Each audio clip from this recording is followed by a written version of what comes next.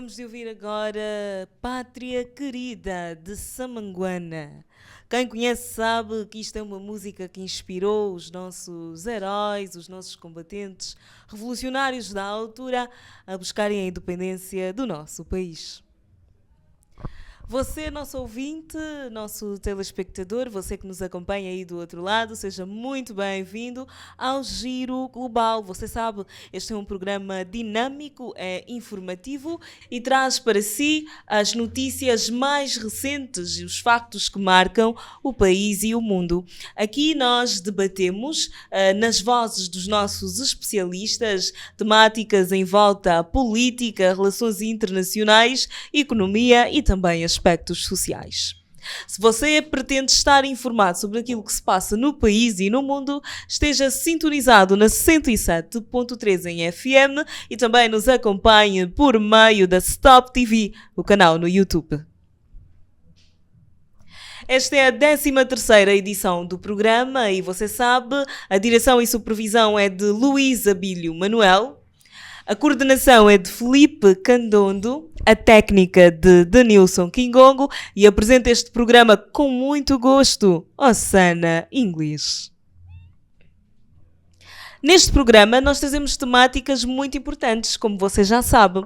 Para esta 13ª edição de sábado 9 de novembro, nós trazemos os seguintes temas. A panorâmica das eleições na JMPLA.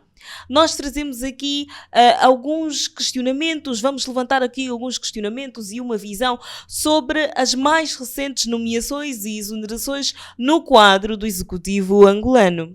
Ainda nesta edição, nós veremos então a situação de Botsuana. Tivemos agora a desistência do presidente Massisi, não é, que está a pedir a sua própria demissão após ter perdido as eleições. E para finalizar, temos as eleições nos Estados Unidos da América. Donald Trump venceu e agora tornou-se o 47º presidente dos Estados Unidos. Continue a acompanhar-nos nesta edição. O nosso painel é composto por Isaías Ivaristo, que é jurista, e vocês já conhecem. Boa tarde, Isaías, como está? Boa tarde, Osana. Boa tarde ao meu colega do painel, boa tarde aos radiovintes. Nós estamos aqui para fazer acontecer o programa. Nós estamos bem, na graça de Deus. Bem dispostos e pronto para o debate? Sem problemas nenhum. Estamos aqui para emprestar o nosso saber naquilo que for necessário, a temática agendada. Ainda hoje nós contamos também com o parecer de Pedro Moreira, que é especialista em relações internacionais. Boa tarde, Dr. Pedro. Boa tarde, Osana Inglês. Boa tarde ao painel e boa tarde aos estimados ouvintes da Stop FM. E obrigado por mais uma oportunidade de estar aqui a esta casa, que acredito passa a ser também minha já. Com certeza, é um prazer nosso tê-lo aqui mais uma vez.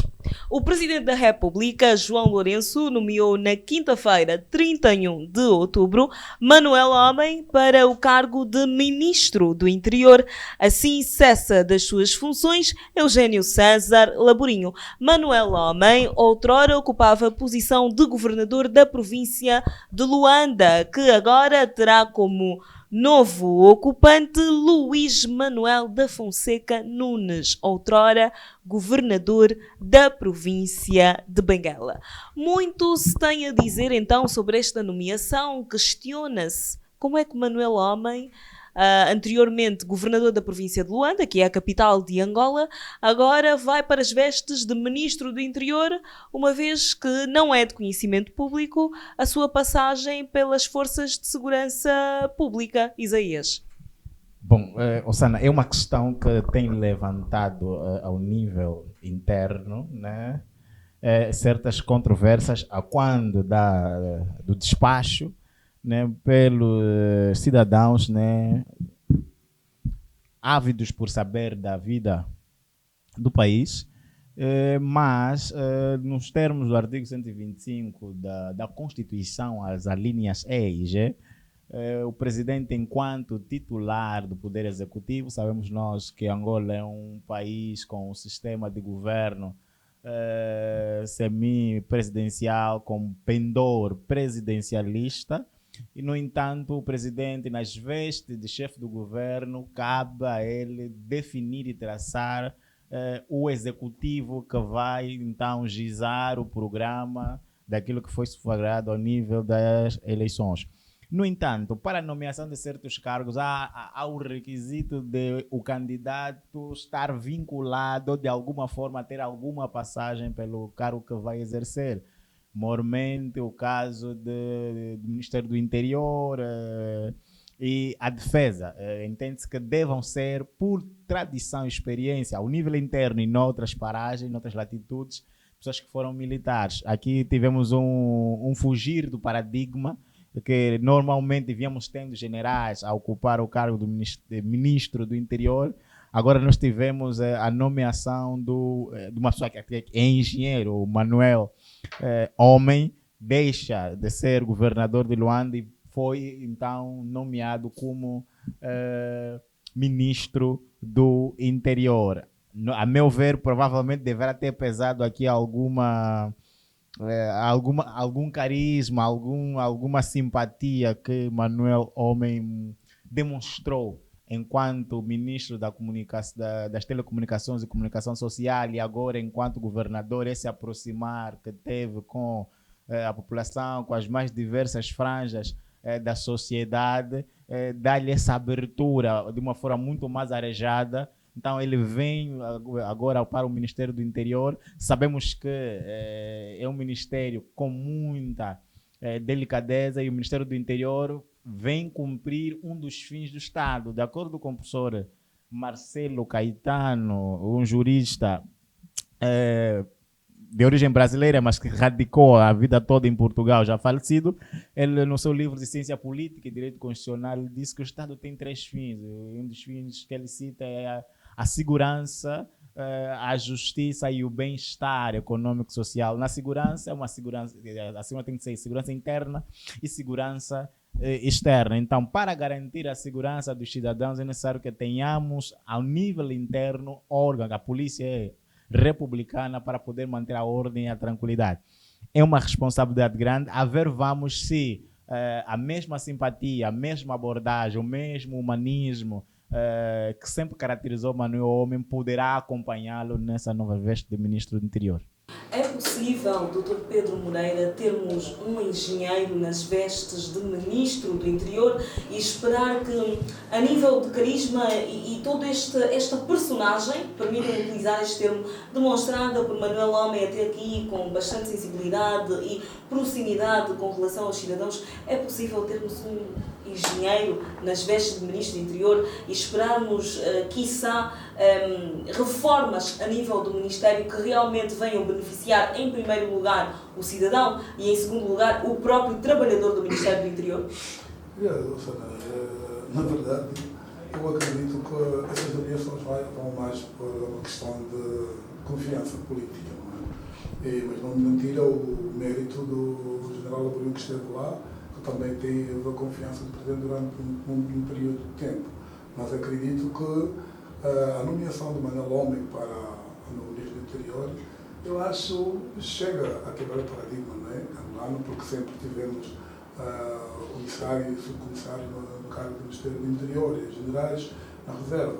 Mas só para fazer uma comparatividade, a Rússia, em plena guerra com a Ucrânia, exonerou um general e colocou um economista como ministro da Defesa, ou seja, para fazer uma contenção econômica, não é? Então, na política, essas situações acontecem porque são questões estratégicas que fazem com que o titular do Poder Executivo nomeie estas pessoas, se por acaso tiver uma visão para lá mais para frente, se esta pessoa, ou a pessoa que for indicada, o chefe do titular do Poder Executivo tem uma visão para o catapultar para um cargo superior dentro do aparelho de Estado, uma necessidade de fazer um acompanhamento e colocá-lo em lugares estratégicos que ajudam a pessoa nomeada a ter uma dinâmica de como funciona o aparelho de Estado. Ser um governador de Luanda não é igual a um ministro do Interior. É uma responsabilidade porque passa até a fazer parte do órgão castrense, que é um órgão de muita responsabilidade, onde os castrenses têm a necessidade de de ter um historial baseado dentro do aparelho militar, de domínio, como se fosse a própria estrutura militar e paramilitar e de segurança, de segurança do Estado. Mas Manuel Homem é um jovem catapultado dentro dessa estrutura. Eu não posso falar aqui com muita certeza, mas dizem que é um quadro do próprio Serviço de Segurança. Então, acredito eu que não é uma pessoa estranha dentro deste... Sendo deste quadro, meio. um possível quadro dos serviços de segurança, então não é estranho aquilo que é a segurança pública, não é estranho aquilo que é a recolha de informações e o tratamento de informações. Da sua formação, que tem uma formação muito delicada, que é a formação de tecnologia de informática, e ele já fez parte como secretário de Estado do Ministério de Tecnologia de Informação, ou seja, e há uma necessidade de ter também um ministro que consegue fazer um combate ao crime cibernético e o que me saltou mais em vista nesta nomeação foi o pronunciamento do Presidente da República, pedir ao ministro Manuel Homem que não tenha medo da farda e que ele vai dar a um bom ministro. Ou seja, acredito que o Presidente deve ter feito um check-up, permite a expressão, do próprio Manuel Homem e viu qualidades que eu possa dar conta do mesmo cargo. Falando em qualidades, na sua perspectiva, quais são as qualidades então para um ministro do Interior? As qualidades que eu acabei de dizer, e o colega também acabou de dizer, que era mais baseado em pessoas dentro do aparelho militar e aparelho da autoridade castrense, que era o general, comissário, subcomissário. Como se trata de uma nomeação de alguém que não tem um historial militar, porque os órgãos de inteligência dificilmente são conhecidos ao público, acredito que não seja ser uma qualidade, seja ser uma nomeação do ponto de vista estratégico, porque o que eu pude ver nos pronunciamentos do próprio ministro Manuel Homem é ouvi-lo a dizer que o combate ao tráfico de combustível não vai parar, ou seja, existe uma agenda para poder se desmontar o tráfico de combustível que tem lesado a economia angolana. E lesa a economia angolana de uma forma muito dolosa. E eu falo por experiência, porque eu andei pelas bandas do Soio e Baza Congo, porque vinha uma necessidade de fazer um trabalho com uma equipa do Brasil em Angola e via dificuldade de conseguir abastecer um carro com a equipe de brasileiros que eu trouxe em Angola no próprio Soio. Ou seja, os combustíveis eram abastecidos na bomba 5 minutos depois, já não tem combustível. E isto, hoje, a televisão vai mostrando o desmantelamento de uma rede que existe no país do desvio de combustível para a República Democrática do Congo, Brazzaville e Kinshasa, e que leva muito a nossa economia. Então, quando o próprio ministro Manuel Homem vem ao público falar sobre a situação, demonstra claramente que ele está dentro do dossiê em que ele foi orientado para perseguir este processo. E depois o resto, a questão da logística da polícia também, que é um problema enorme, não é? Que se vai, e também do melhoramento, até porque, se eu espero que não esteja enganado, a própria Ministra das Finanças já disse que a cabimentação do Ministério do Interior será de forma separada, ou seja... Do Comando-Geral da Polícia. Ou seja, precisa-se dar um melhoramento da própria estrutura castrense do Ministério do Interior e o melhoramento da vida do próprio polícia em si, para motivação a não ser... para a motivação a não ser corrompido por coisas banais, ou seja, quanto melhor é o salário e condições de trabalho para os seus agentes da polícia estarem melhor, também maior a segurança pública estará garantida. E nós sabemos que a nossa segurança anda muito para além do que tem acontecido. Não é? Manuel Homem sai agora das vestes de governador de Luanda e, portanto, há uma interrupção naquilo que é a sequência dos projetos que estavam a ser executados. O que é que nós podemos esperar agora com Luís Nunes nas vestes de governador de Luanda, sendo que não só interrompe o fluxo daqueles que são os trabalhos que estavam a ser feitos por Manuel Homem, mas também interrompe o fluxo dos trabalhos que estavam a ser desenvolvidos por Luís Nunes em Benguela. O que é que nós podemos esperar daqui para frente para estas duas províncias? Isaías? Há necessidade por parte de quem dirige o governo, o executivo, de poder fazer as nomeações que a Constituição lhe confere. Entretanto, a grande pecha, né, das nomeações ou a continuidade ou eficiência das nomeações tem que ver com as mudanças. Quando nós mudamos de ministro, mudamos de governadores, necessariamente vamos ter também aqui a mudança de administradores municipais, consequentemente os administradores distritais, para que cada novo governador que foi nomeado para uma determinada província possa exercer de facto com maior competência a nomeação que lhe foi dada. No entanto, o governo tem um único plano, aquele que foi sufragado ao nível das eleições, mas o plano de Estado é único. Por isso que nós temos defendido a ciência política e o direito constitucional diferenciam o governo do Estado. O governo normalmente tem um programa agendado, porque o governo não é permanente, mas o Estado é permanente. Tende a haver programas de Estado e o programa de Estado supera ou ultrapassa o programa de governo. No caso, vamos ver agora a nomeação que tivemos de Luís Nunes para Luanda. Os programas que ele tinha começado, ele primeiro esteve na Huila, foram abortados, foi para Benguela. Agora novamente abortados. E novamente abortados, veio para Luanda. Claro que o próximo que vai suceder, que é Manuel Nunes Júnior, pese embora ele não seja uma pessoa nova no aparelho do Estado, já tem uma certa experiência. No entanto, tem-se dito que o cavalo só engorda com o olho do dono. Não queremos acreditar que essa mudança poderá dar continuidade à forma como cada um destas ilustres personalidades angolanas deu aonde esteve ligado. É claro que determinados projetos estão traçados, estão alinhavados, mas não terão a mesma sequência, não terão o mesmo dinamismo, porque vamos ter um período de 100 dias. O líder tem a sua sensibilidade. Exatamente. E consegue compreender quais são os eixos dentro da sua visão que são prioritários. Exatamente. Pedro Moreira. Conhecendo a dinâmica de Luís Nunes em Benguela, não é? Eu acredito que mais alguns analistas chamam Luanda de cemitério dos políticos. É cemitério dos políticos. Porque aqui mas não foi para Manuel Homem? Não foi para Manuel Homem por causa da sua dinâmica e de um tempo diferente comparado aos outros tempos que passaram. E eu digo uma coisa que Luís Nunes poderá não, vai dar continuidade aos projetos que Manuel Homem já estava em execução. Isto é um facto. Um facto porquê? Porque existe uma relação de combinação entre Luís Nunes e o próprio Manuel Homem e o Presidente da República. São pessoas que foram trocados para conseguir dar uma imagem diferente a Luanda e Manuel Homem dar uma imagem diferente ao Ministério do Interior. Ou seja, Mas e quanto à imagem de Benguela? Quanto à imagem de Benguela, o governador atual que foi para lá é um filho da casa, é alguém que nasceu, é lá de Lubito, se mora no Escape, é lá de Lubito e conhece muito bem aquilo. E acredito que, conhecendo o filho da casa, acredito que não vai também mudar muito nas administrações, porque vamos supor que Luís Nunes chega em Luanda e exonerar todos os administradores. Já temos vindo a ver alguns pedidos de exoneração nas redes sociais. Porque a insatisfação de alguns moradores, muitos até não são moradores, são militantes dos próprios partidos que não estão satisfeitos com a gestão de alguns elementos que estão lá como administrador.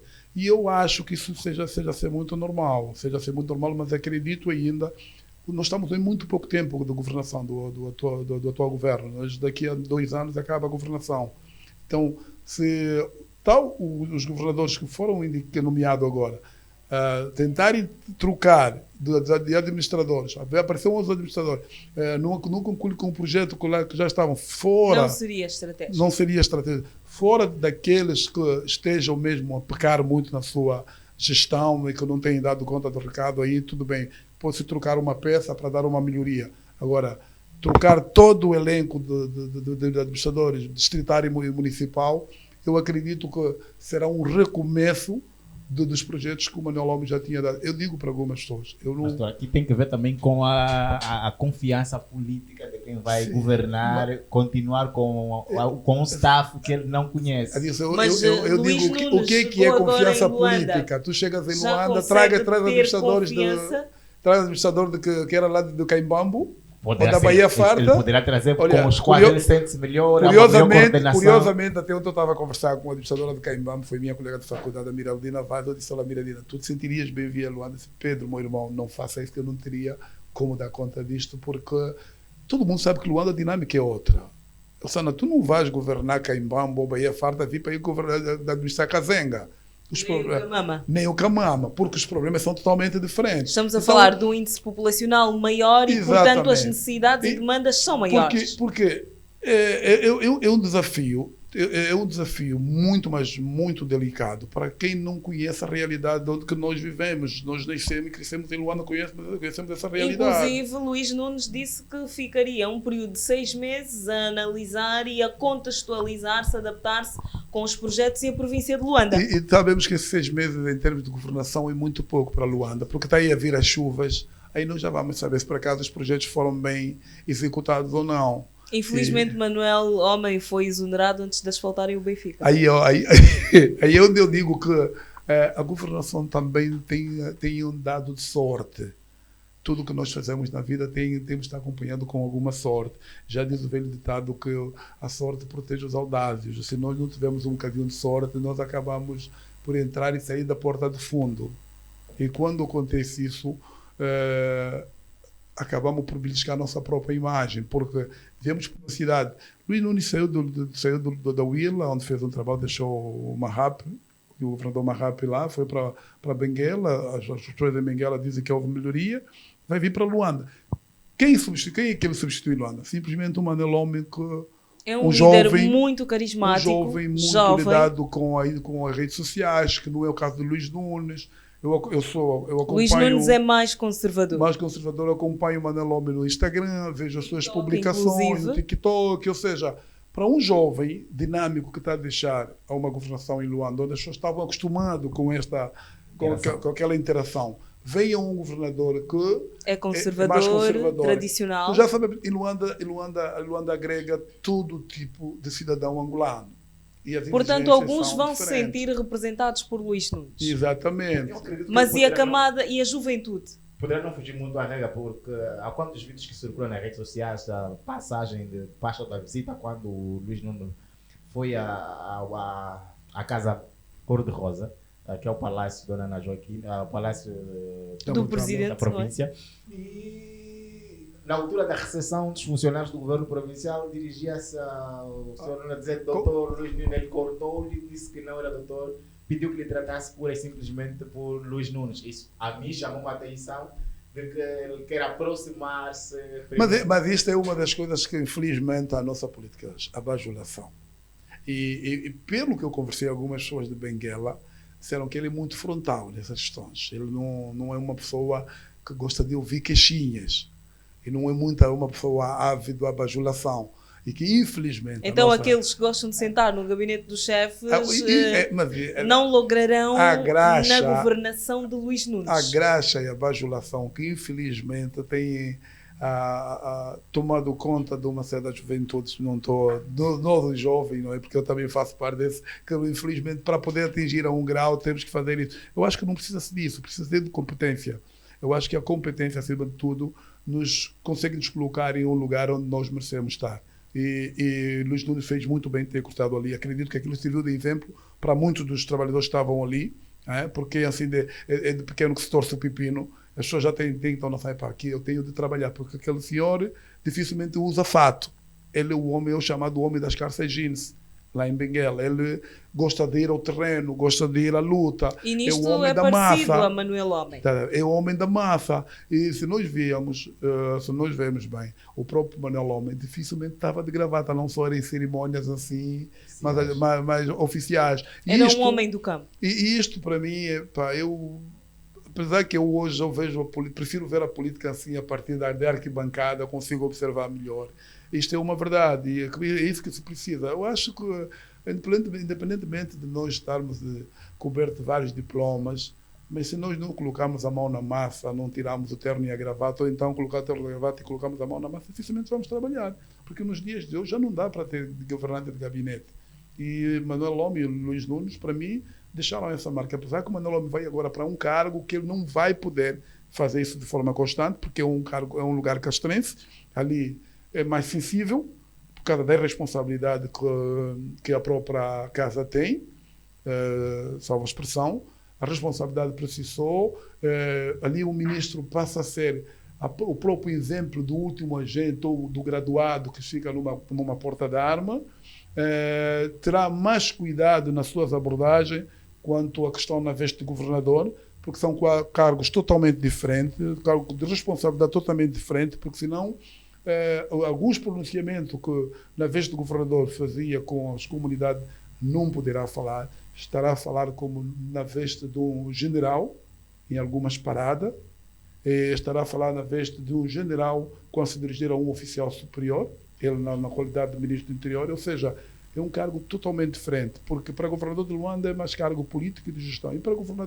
ministro do interior é mais cargo de força e de respeito pelo órgão castrense que ele fará parte. A farda não faz mal a ninguém. Não é na farda onde está a força. A força está na inteligência e na determinação dos homens, frisou João Lourenço, o Presidente da República. Concorda com isto? Bem, sim, na perspectiva de confortá-lo, e este pronunciamento do Presidente João Lourenço veio na perspectiva de, permita a redundância, confortar novamente Manuel Homem, tendo em conta que ele é civil, as pessoas sabem, e o Presidente referiu-se que vamos nomear alguém que é civil, vamos fugir um pouco do paradigma, e de seguida a este pronunciamento usou essa frase enigmática na cerimônia de empossamento do Manuel Homem. É para encorajá-lo no sentido de que estamos contigo, vai dar num bom ministro, não se intimida com a farda. Claro que... Mas o cântico dos polícias é não toca na farda. Sim, não, porque se um civil a olhar para um agente fardado, aquilo, a prima face...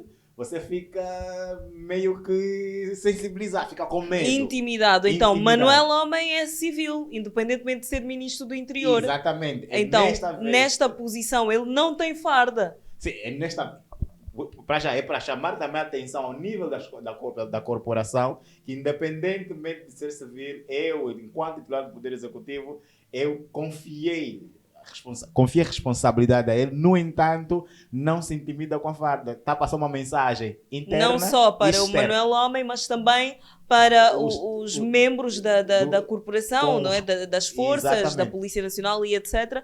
Que deve haver respeito e obediência. Independentemente de ser civil, não vai se intimidar com a farda, pois eu, enquanto titular do Poder Executivo, o comandante em chefe, confiei nele e vocês deverão fazer exatamente aquilo que eu fiz. A força está na inteligência e na determinação dos homens. Nós estamos agora num cenário em que se fala muito sobre contrabando de combustíveis, estamos a falar sobre tráfico de diamantes, estamos a falar sobre exploração de madeira e de outros minerais, mas de forma não legal, não é? Não existe licença para muitas destas empresas, fazem isto à revelia. Então, quando está-se a dizer que a força está na inteligência, de certa forma está-se a dizer a Manuel Homem que ele terá de fazer um trabalho mais árduo do ponto de vista do ponto de vista mental, não é? E das estratégias que devem ser visadas no sentido de se combater este contrabando de combustíveis, que inclusive Manuel Homem fez menção que existem muitas pessoas do executivo ligadas então a este tráfico, Isaías.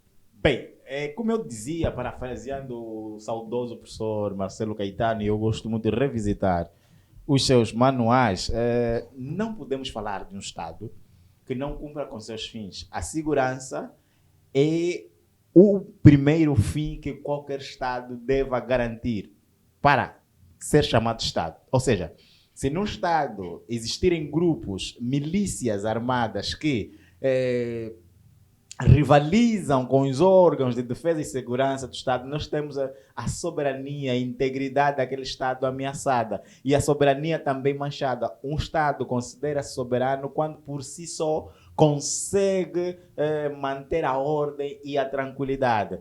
o Ministério do Interior é um dos ministérios que visa cumprir este fim do Estado, que é o fim da segurança. Só teremos justiça se tivermos segurança. Só vai haver bem-estar econômico e social se haver segurança. Porque não havendo segurança, não vai haver investidor. Não havendo segurança, não vai haver turismo. Não havendo segurança, não vai haver uma série de situações ao nível do país. No entanto, Manuel Homem sabe do dossiê. Aliás, desde agosto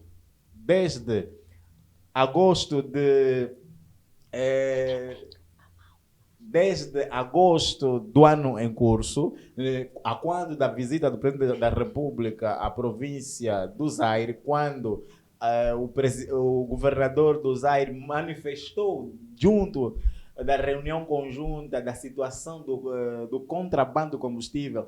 Dias depois, o anterior ministro da Casa Civil Militar, o general Furtado, falou que estavam envolvidas altas figuras, inclusive ex-governantes e empresários, ao contrabando de combustível. Ali começou um processo de preocupação. Por quê? Porque a segurança do país estava colocada em causa. E disse muito bem o doutor Pedro que o contrabando de combustível lesa a economia nacional. E este fardo, de certa forma, manchou, né, o Ministério, a última parte da atuação do engenheiro Laborinho, que o presidente não teve outra alternativa que não fosse a exoneração. Está a querer dizer que a exoneração de Eugênio César Laborinho está intrinsecamente ligada ao contrabando de combustíveis? Não necessariamente, mas foi um facto que surgiu nos últimos dias do seu consulado, que descarrilaram mesmo, ou despoletaram então a nomeação de Manuel Homem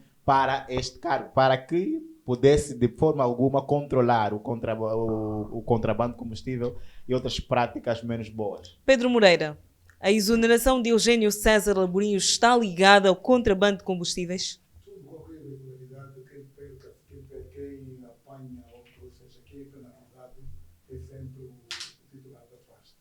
Mas está a ser penalizado por ser o titular da pasta ou por algum outro envolvimento direto nesta ação? Não acredito que seja envolvimento direto, acredito porque ele era o titular da pasta do Ministério do Interior e ele tem os seus delegados provinciais, que são os comandantes provinciais, e os comandantes provinciais respondem a ele, neste caso respondiam a ele, neste caso como Ministro do Interior, e se existe uma denúncia pública, e como o caríssimo Adilson, como jurista também, sabe Isaías, sabe que toda denúncia pública é objeto de uma investigação da Procuradoria, certo? Então, se houve uma denúncia pública para o mandatário da província, neste caso, governador da província, perante ao chefe do Executivo, havia necessidade, sim, de se procurar os factos e levar à risca a investigação, neste caso, se há um contrabando de combustível. Temos ali o delegado do Interior, o delegado do CIS, da Serviço de Inteligência, e de algumas províncias.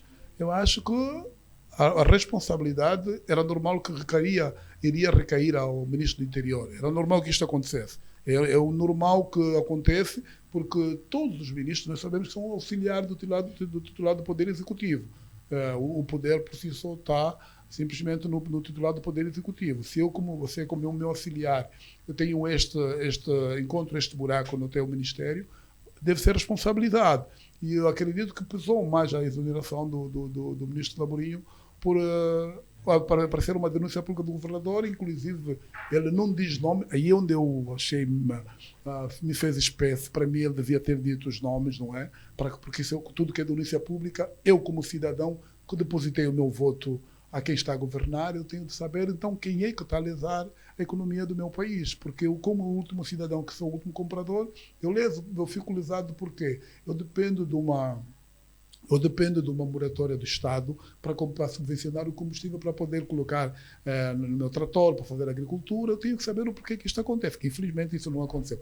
Não aconteceu porque o general Furtado, chefe da Casa Militar, apareceu nas televisões a dizer que existem pessoas que acredito que devem estar sob o segredo de justiça também, não é? O colega aqui sabe que algumas questões... Existe a presunção de inocência. Existe uma presunção de inocência, não podemos expor as pessoas por si só de saber que não tem uma denúncia pública. E é um serviço que o próprio Serviço de Inteligência deve estar a fazer, que depois reunidos para o facto entregar ao general Pitagros, que é o Procurador da República. Urge alterar o quadro de relatos que mancham o bom nome do Serviço de Investigação Criminal, responsabilizando exemplarmente, nos termos da lei, aqueles cujas atitudes não estiverem de acordo com os princípios da transparência, lisura, humanização e prestação de serviços, com prioridade na promoção da dignidade da pessoa humana. Isaías.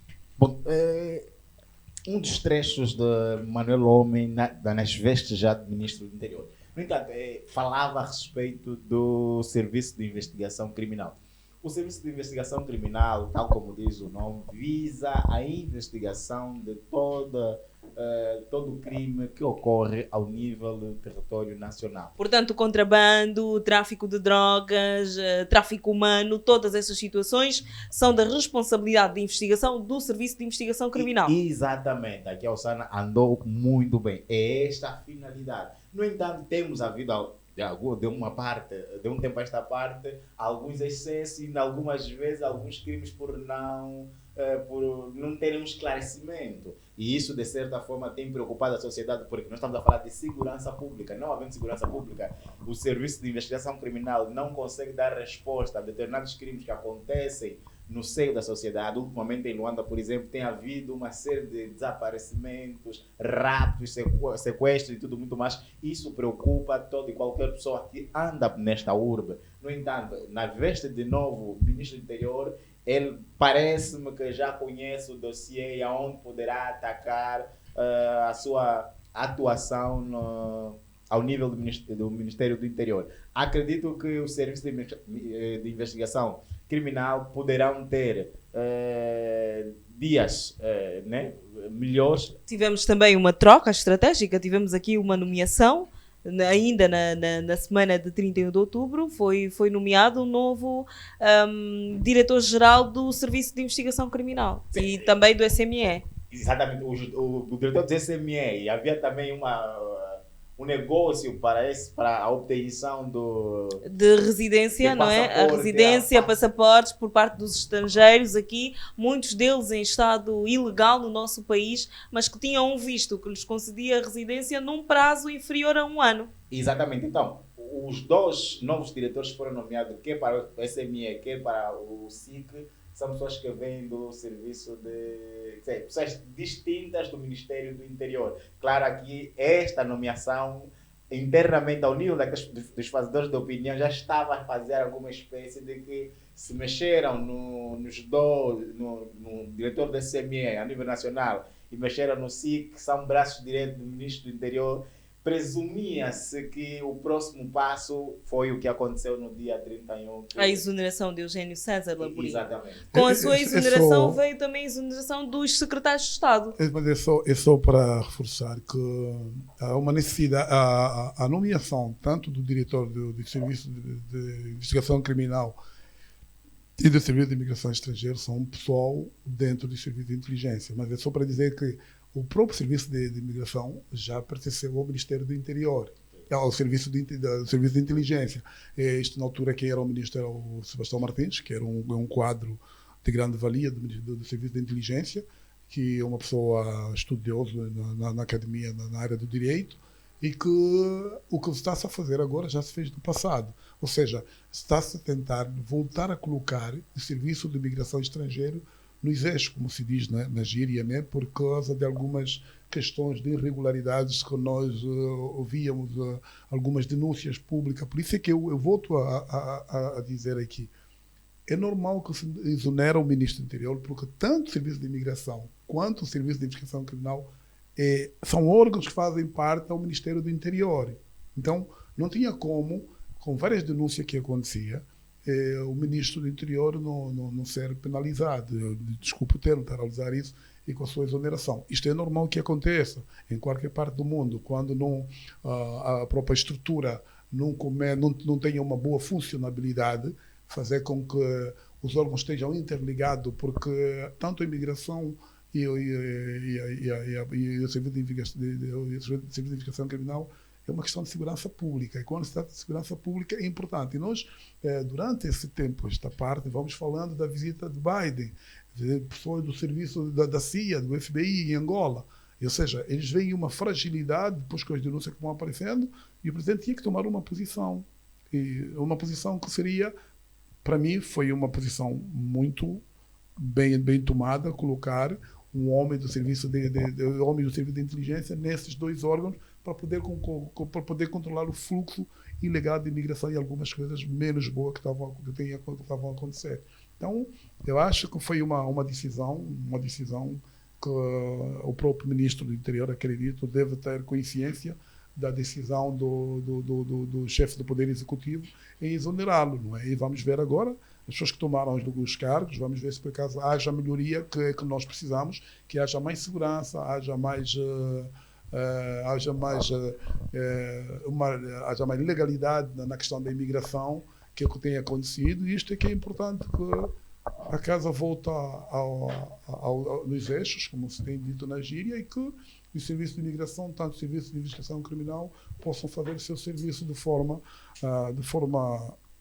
mais dura, desculpe o termo, e que o atual ministro do Interior faça um trabalho para que combata, mas precisamos que combata mesmo o crime de tráfico de combustível, e que também os diretores que assumiram tanto o SIC no SME consigam organizar a casa. Manuel Homem citou a prevenção e combate ao crime organizado, ao tráfico de drogas, crimes conexos, a extensão do sistema de videovigilância a todo o país, a modernização do sistema de segurança pública, redução dos níveis de sinistralidade rodoviária, o resgate da autoridade do Estado, com especial atenção dedicada à Polícia de Guarda, Fronteira e Polícia Marítima. E agora, os novos secretários de Estado, o que nós podemos esperar destes? Para mim, os secretários de Estado são simplesmente são auxiliares do ministro, não é? Porque eles fazem parte da equipe do ministro e, na verdade, quem manda no pelouro ministerial é o próprio ministro. Os secretários de Estado estão ali para auxiliar nas áreas em que eles foram indicados. Vamos supor, se for secretário de Estado para a área de segurança pública, secretário de Estado para a área econômica, ou seja, todos estão ali como auxiliar. São o pessoal que faz parte da equipe do auxílio ao próprio ministro. Bom, o que disse o Dr. Pedro Moreira, eu corroboro, né, que os secretários de Estado acabam por ser, na verdade, um longa-manos, uma expressão muito usada ao nível do direito administrativo, de que se olharmos para o nosso sistema de governo, a nossa espinha dorsal, nosso sistema, né, com pendor presidencialista, o presidente da República é ao mesmo tempo chefe de Estado e ao mesmo tempo chefe do Executivo.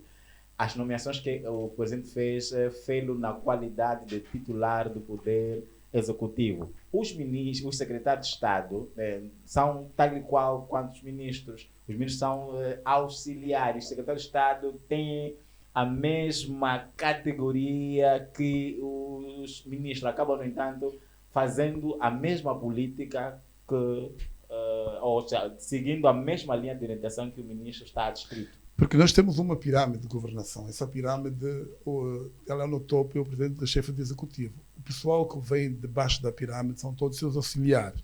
É aquilo que eu acabei de dizer. Nós temos ali um ministro que tem uma equipe que forma, que é a base do secretário de Estado, e às vezes ele acaba por nomear os diretores provinciais.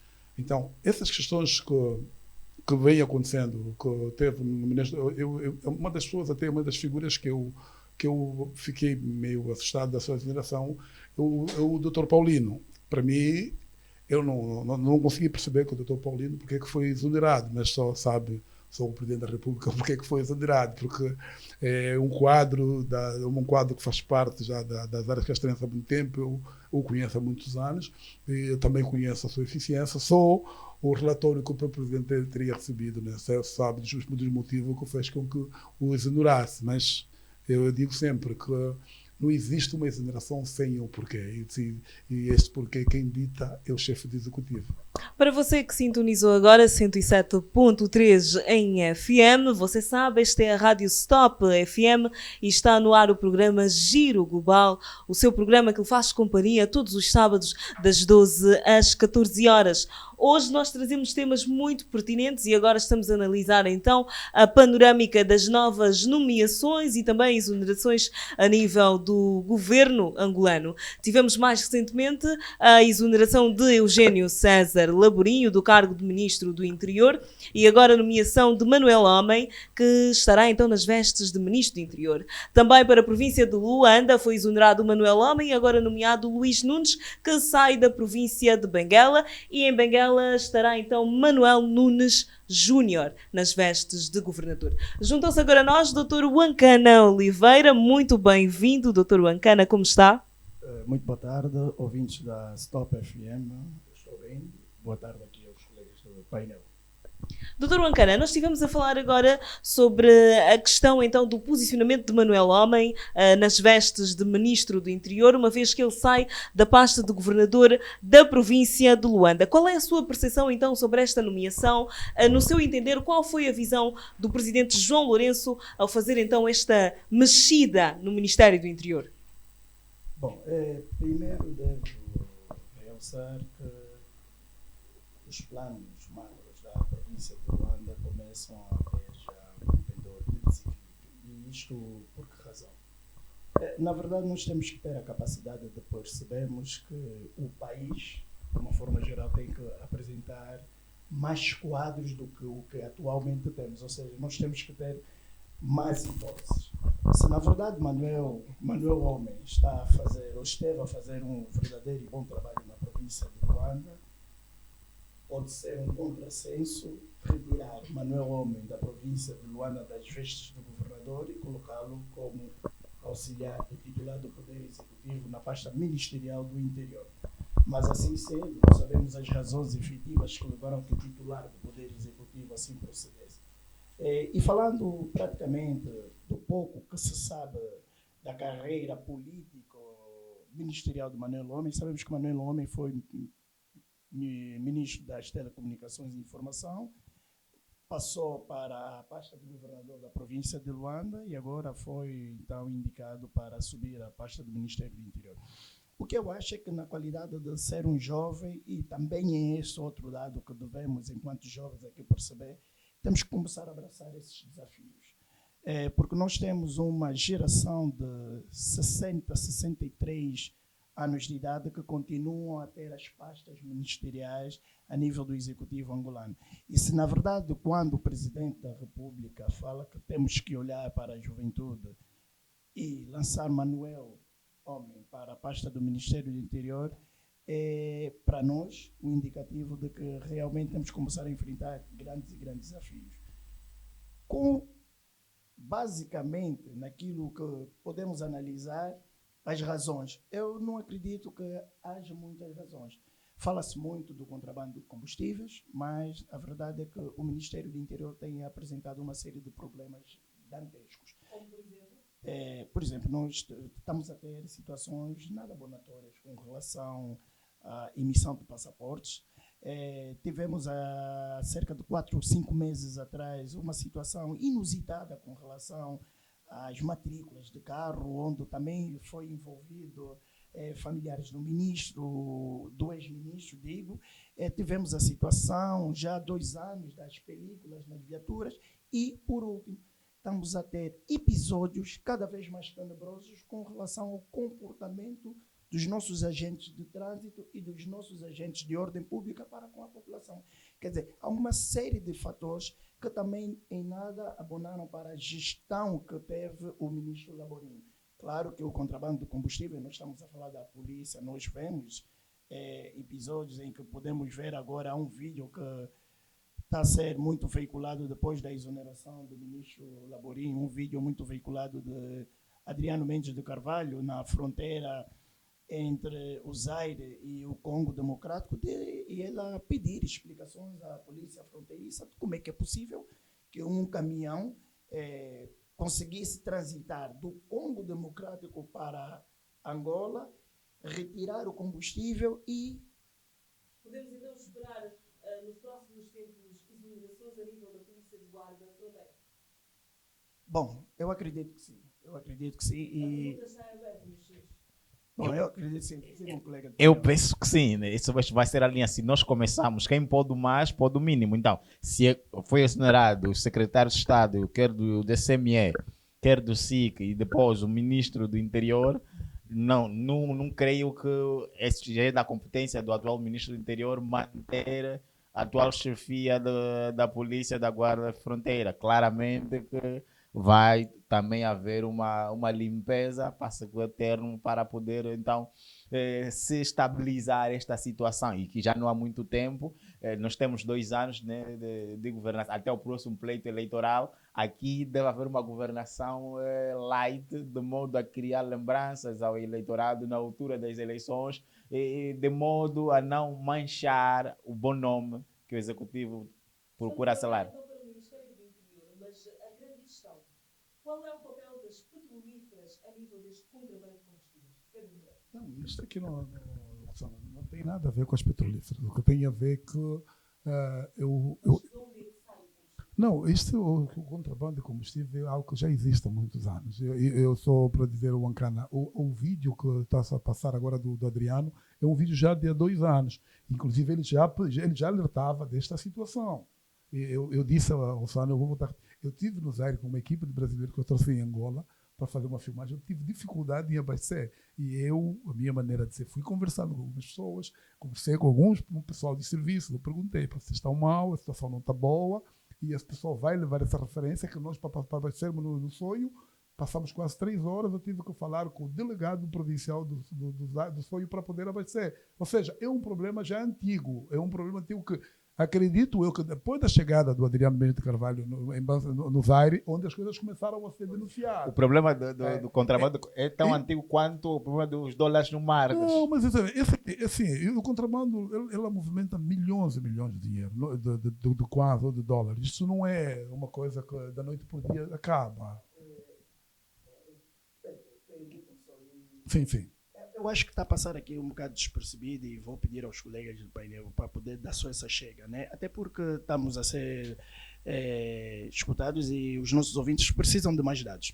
A Rosana falou com relação às petrolíferas. Eu nem vou chegar às petrolíferas. Olha, Rosana, o Ministério da Energia e Águas está a desenvolver agora a política de combustíveis limpos, ou seja, energias limpas. Pois, então estamos a substituir, ou seja, o Ministério está a substituir as térmicas.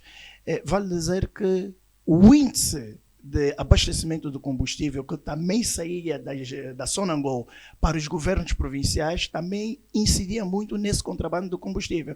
Ou seja, aqueles blackouts, hoje podemos começar a notar que afinal os blackouts eram mesmo propositados. Sim, mas isso não tinha nada a ver com as petrolíferas, isso tinha a ver com a própria Sonangol, que é a empresa estatal. Porque, assim, eu falo das petrolíferas, não vou falar da Texaco, da Chevron, as operadoras que em Angola. Não, isso não tem nada a ver. Exatamente. Porque a única distribuidora de combustíveis é a Sonangol. Então, a própria...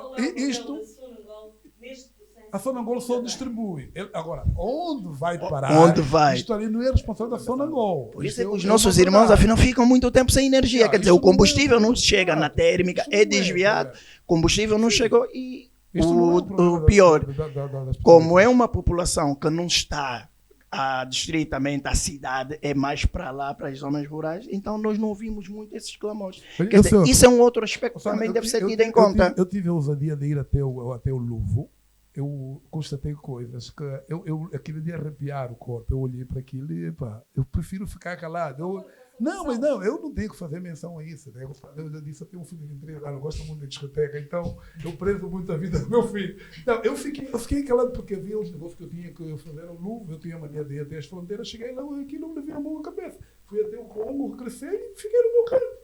Aquilo não compete a mim, porque existem autoridades lá que estão para fazer o papel. Na sua visão, as autoridades não estão a fazer o seu trabalho. O que vai acontecer é o seguinte. Eu não duvido que aconteça. O atual ministro vai exonerar o diretor da provincial, o delegado do MININT da província e até o próprio diretor das fronteiras. Isso é uma coisa que vai acontecer, porque precisa se desfazer uma equipe que já estava feita para poder colocar outras pessoas para poder sanar. Não vai sanar na totalidade, porque isso não sana na totalidade.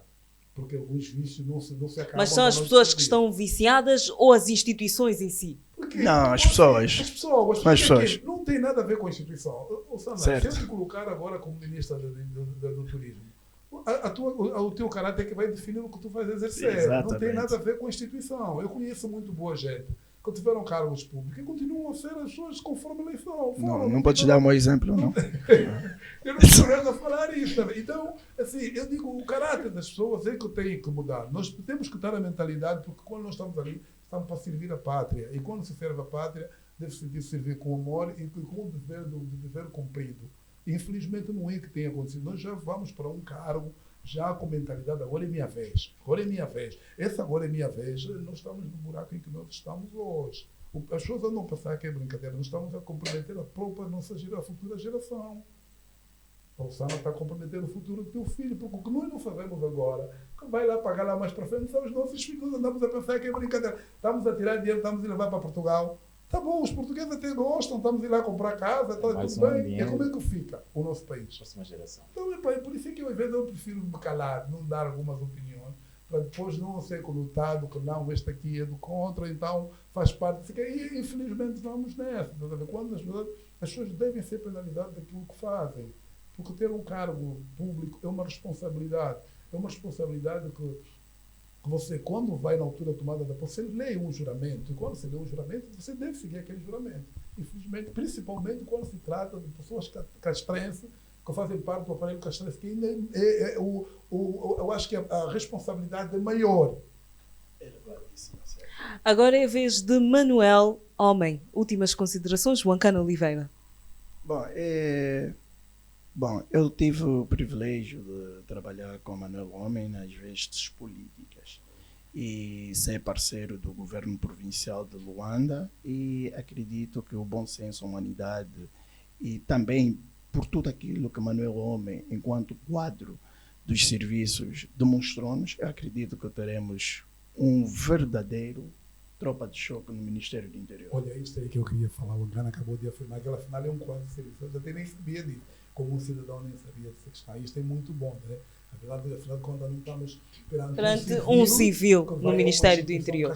Vai uma pessoa que faz parte do quadro do serviço de inteligência e equipado com uma série de informação de toda a situação que está a viver no país. Isso é muito bom. E acredito que ele já tem um meio caminho andado quanto à situação dos trabalhos que ele vai fazer. A JMPLA foi fundada em Leopoldville, Kinshasa, Antigo Zaire, a 23 de novembro de 1962, no limiar da Primeira Guerra de Libertação Nacional. Sendo a juventude do Movimento Popular de Libertação de Angola, a JMPLA foi concebida pelo MPLA como a sua organização juvenil de massas, cujos objetivos visaram fundamentalmente a mobilização das pessoas para aderirem ao movimento, a educação e também a elevação da consciência política. Atualmente, a JMPLA está a passar por um processo de eleição de novos rostos e tivemos recentemente a eleição dos candidatos provinciais e agora está-se a concorrer para a cadeira máxima, não é, da JMPLA. Eu vou começar com o Ancana Oliveira, que por acaso apoia a Dilson Raj. É verdade. Eu, felizmente, e dada a minha verticalidade e posicionamento dentro da estrutura política do partido MPLA, até porque sou membro da comissão executiva do MPLA na província de Luanda, mas não estou mandatado aqui como tal. Eu venho na qualidade de um outsider para poder debruçar sobre os vários aspectos que a Osana apresentou-me quando convidou-me para vir aqui debater. Com relação à JMPLA, é verdade que a JMPLA vai apresentando agora novos rostos. Tivemos as eleições a nível dos distritos, tivemos as eleições a nível dos municípios, a última eleição tivemos a nível das províncias. E agora tivemos, então, na reunião do Bureau Político, a possibilidade de termos tido o ponto de vista e a apreciação do Bureau Político com relação a 3 candidaturas. Estávamos a falar do Lute, o camarada Lute, estávamos a falar também do camarada Justino Capapinha e também do Adilson Ache. Felizmente, na reunião do dia 19 do Comitê Nacional da JMPLA, aprovou-se ou foram eleitas 2 candidaturas, que é a de Justino Capapinha e de Adilson Ache. Bom, eu sou da província de Luanda, que é caricato, não é? O Pedro Moreira e o meu colega de painel podiam perguntar, mas tu és de Luanda ou Ancana? Porque, bom, nós fomos moldados ou somos moldados para irmos de encontro àquilo que são as aspirações do patrono da JMPLA. O Sana falou e explicou bem Leopoldo Ville, 1962, mas por acaso não omitiu, só esqueceu de falar que o nosso patrono é hoje ainda, e hoje ainda caracterizou-nos com determinados valores. Por que é que eu apoio a Adilson Ache? Osana, eu tenho Justino Capapinha há mais de 4 anos no Secretariado Nacional da JMPLA, como membro do secretariado e na qualidade de segundo secretário interino. 4 anos. E durante esses 4 anos, como segundo secretário interino, o Ancana de Oliveira, não pude vislumbrar algo que me encantasse diante do meu camarada Justino Capapinha para que pudesse, nesse exato momento, receber o meu apoio. É claro que pode ser suspeito, não, hoje falas isso, o Ancana, porque efetivamente estás a apoiar o Adilson Ache. Não. A JMPLA ausentou-se do espaço público de debates, do espaço público nacional. Eu, se perguntar se conhece a secretária Daniela Bragança, eu se questionar se conhece a secretária Helena Chuissa, eu se questionar se conhece o secretário Carlos Alberto, se perguntar se conhece a Nádia, quer dizer, são vários rostos que, enquanto jovens, deviam estar ali para poder incentivar a juventude de política, não só do MPLA, como de toda uma nação, para aquilo que são os primados e princípios de governação e os anseios daquilo que os jovens pretendem em Angola. O que é que os jovens, afinal de contas, pretendem? Podemos falar que é mais fácil ouvir-se falar de Isaías Calunga. Isaías Calunga é um jovem que é do Conselho Nacional da Juventude. É o presidente do Conselho Nacional da Juventude. E por que razão, durante este período todo, e se efetivamente a Rádio Stop FM está a acompanhar então o processo de campanha eleitoral da JMPLA, e por que razão, durante 4 anos, esse frenesim, esse movimento folclórico de mega campanha não se fez para que efetivamente a juventude encostasse mais ou menos aos anseios daquilo que são os ideais ou as premissas para uma política juvenil positiva para Angola. Por exemplo, nós tivemos, acho que foi, não sei se o Pedro Moreira me pode ajudar, acho que foi em 2019, 2020, o primeiro encontro nacional da juventude. O segundo, né? Porque o primeiro foi com o presidente emérito José Eduardo Santos em 2013. Estamos a falar em 2013, estamos com um intervalo de 2013, voltar a se conversar com a nossa juventude. Em 2020, 7 anos. Quer dizer, é muito tempo. Então, de lá para cá, o que é que alterou? Quem são os rostos visíveis da JMPLA? Por que razão a JMPLA, naquele momento, não aliou-se efetivamente à juventude para se poder dirimir algumas situações que inquieta, não digo inquietava, que inquieta. O Dr. Ancana está dentro da JMPLA. Se calhar essas perguntas poderiam ser respondidas por si. Eu não estou dentro da JMPLA, eu sou quadro do partido no poder, sou quadro do MPLA, sou membro da Comissão Executiva Provincial, mas como jovem, volta e meia tenho que lidar com a juventude, porque eu não apartei-me, porque a JMPLA ensinou-me a ter os valores que hoje eu prezo. Para além de ser um bom ativista político, eu ainda continuo a ser aquele jovem solidário. São estes e tantos outros valores que nós aprendemos a, como é que eu poderia aqui explicar, que aprendemos a cultivar na JMPLA.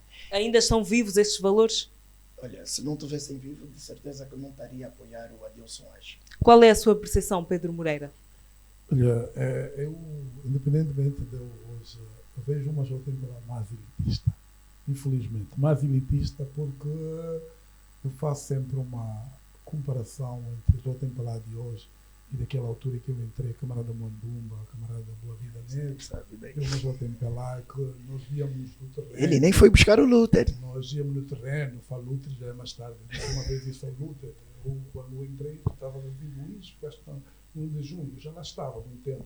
A JMPLA daquela altura era garra mesmo, ia ali para lutar, para discutir, porque é que você está ali para ser da JMPLA, talvez porque nós tínhamos sido forjados pelos cubanos, onde nós aprendemos, fiquei no ciclo de interesse durante muito tempo, tudo isto.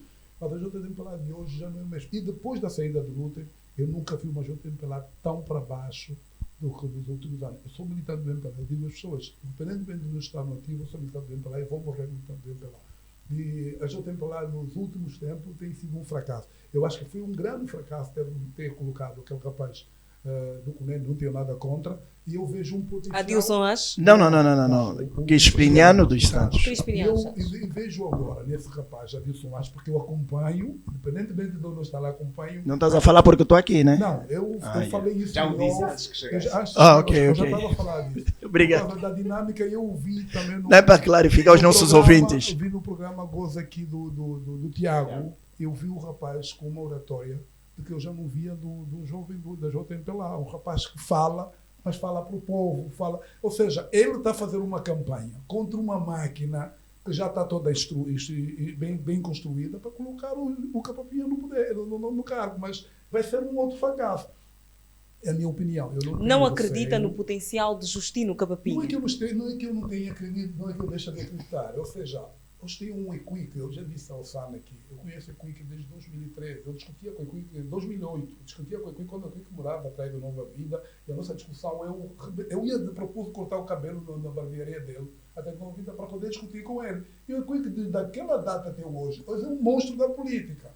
Onde está o Equique? Está em Luanda. O AJ precisa de um jovem que esteja mais ou menos ao nível dele, ou ao superior dele, e criar uma equipe que possa contrapor para 2027. Se colocar alguém com um aspecto de elitista que eu vejo, não tenho nada contra o rapaz, mas não vejo em condições de assumir o cargo do JMPLA neste momento que o MPLA precisa de um dinamizador, alguém que vai falar com as bases. E eu vi neste rapaz, Adilson Acho, aquilo que a Jota precisa.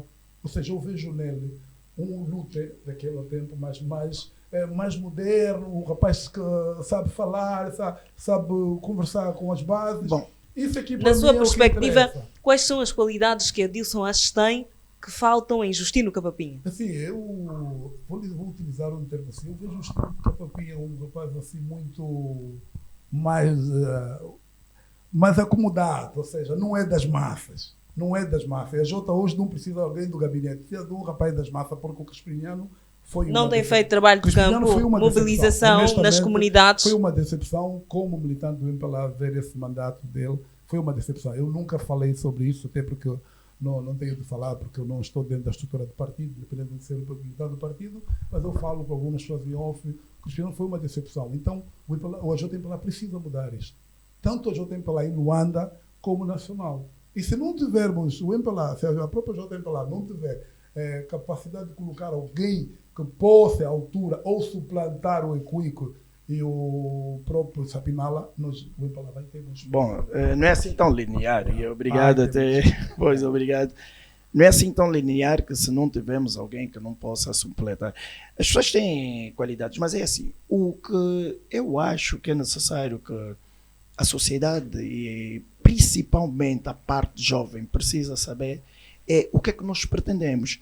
Porque quer queiramos, quer não, a JMPLA, apesar de tudo, faz parte da maior massa juvenil organizativa e associativa que nós temos em Angola. Correto. E um líder da JMPLA que efetivamente não corresponde aos anseios da juventude também será uma decepção para a própria juventude não política. Ou seja, nós nesse exato momento que aqui estamos a falar, nós até poderíamos apelar aos delegados, mas não, isso é mesmo uma questão das linhas de força de cada um dos candidatos, apresentar as suas linhas de força no sentido dos delegados entenderem o que melhor efetivamente os vai levar a votarem no candidato A ou no candidato B. mas numa perspectiva de podermos entender exatamente para aquilo que queremos e de acordo com os últimos comunicados, pronunciamentos do presidente do MPLA e não do presidente da República, nós precisamos de uma juventude esclarecedora, de uma juventude proativa, de uma juventude coerente e de uma juventude vertical. E estes aspectos inerentes a tudo isso que eu acabei de definir encontram-se no Adilson Ache. O Adilson Ache, como bem disse o Moreira, é um jovem que apresenta uma retórica e uma cordialidade naquilo que diz respeito à sua forma de ser e estar, que efetivamente apaixona não só os militantes do MPLA ou da JMPLA, como também a juventude no seu todo. Mas há um aspecto muito peculiar e particular no Adilson Ache. O Adilson não é de Luanda. O Adilson, na província do Namibe, chegou a diretor provincial do INAPEM. E quando estamos a falar de diretor do INAPEM, enveredamos logo para a vertente empreendedora. E o Adilson tem dado exemplos, tem dado mostras de como é que a vida do empreendedor é. Olha, Osana, eu até poderia convidá-la, e se me permitir a produção, vou mandar uns vídeos à Osana e ouvir o Adilson Ache a falar daquilo que é e deve ser o objeto do jovem. O jovem, diz o Adilson, o jovem não pode pensar que só o Estado é o último fim da sua formação. O Adilson diz isso. Concordo. O Adilson diz que, efetivamente, nós devemos ser empreendedores também. E que, com a nossa capacidade de empreender, nós podemos nos autossustentar e não esperar, porque muitas das vezes, e são as questões que têm se colocado, na Jota dá um dinheiro? Não. O Adilson esclarece isso. Quer dizer, melhor do que eu seria, por exemplo, se não estivéssemos em campanha, seria o Adilson Ache explicar efetivamente, dentro das suas linhas de força, aqueles aspectos que ele orienta para que a juventude seja empreendedora. Fora isso, e estava a tocar no assunto que o Pedro Moreira tocou, não, a Jota tem quadros. Eu sei que tem. A Jota Aliás, tem não quadros tem como não ter que quadro. podem ombrear com o Nelita Cuica. Mas assim, Cana, não é que não tenha quadro, até porque é a maior organização juvenil Obrigado. do país. O problema é que eu disse, e eu vou voltar a dizer, precisa-se de um líder, precisa. Alguém que vai ao encontro. Eu digo, política é algo de natureza. Para você ser líder de uma organização como a Jota, tu tens que ter algo que vem de dentro de si.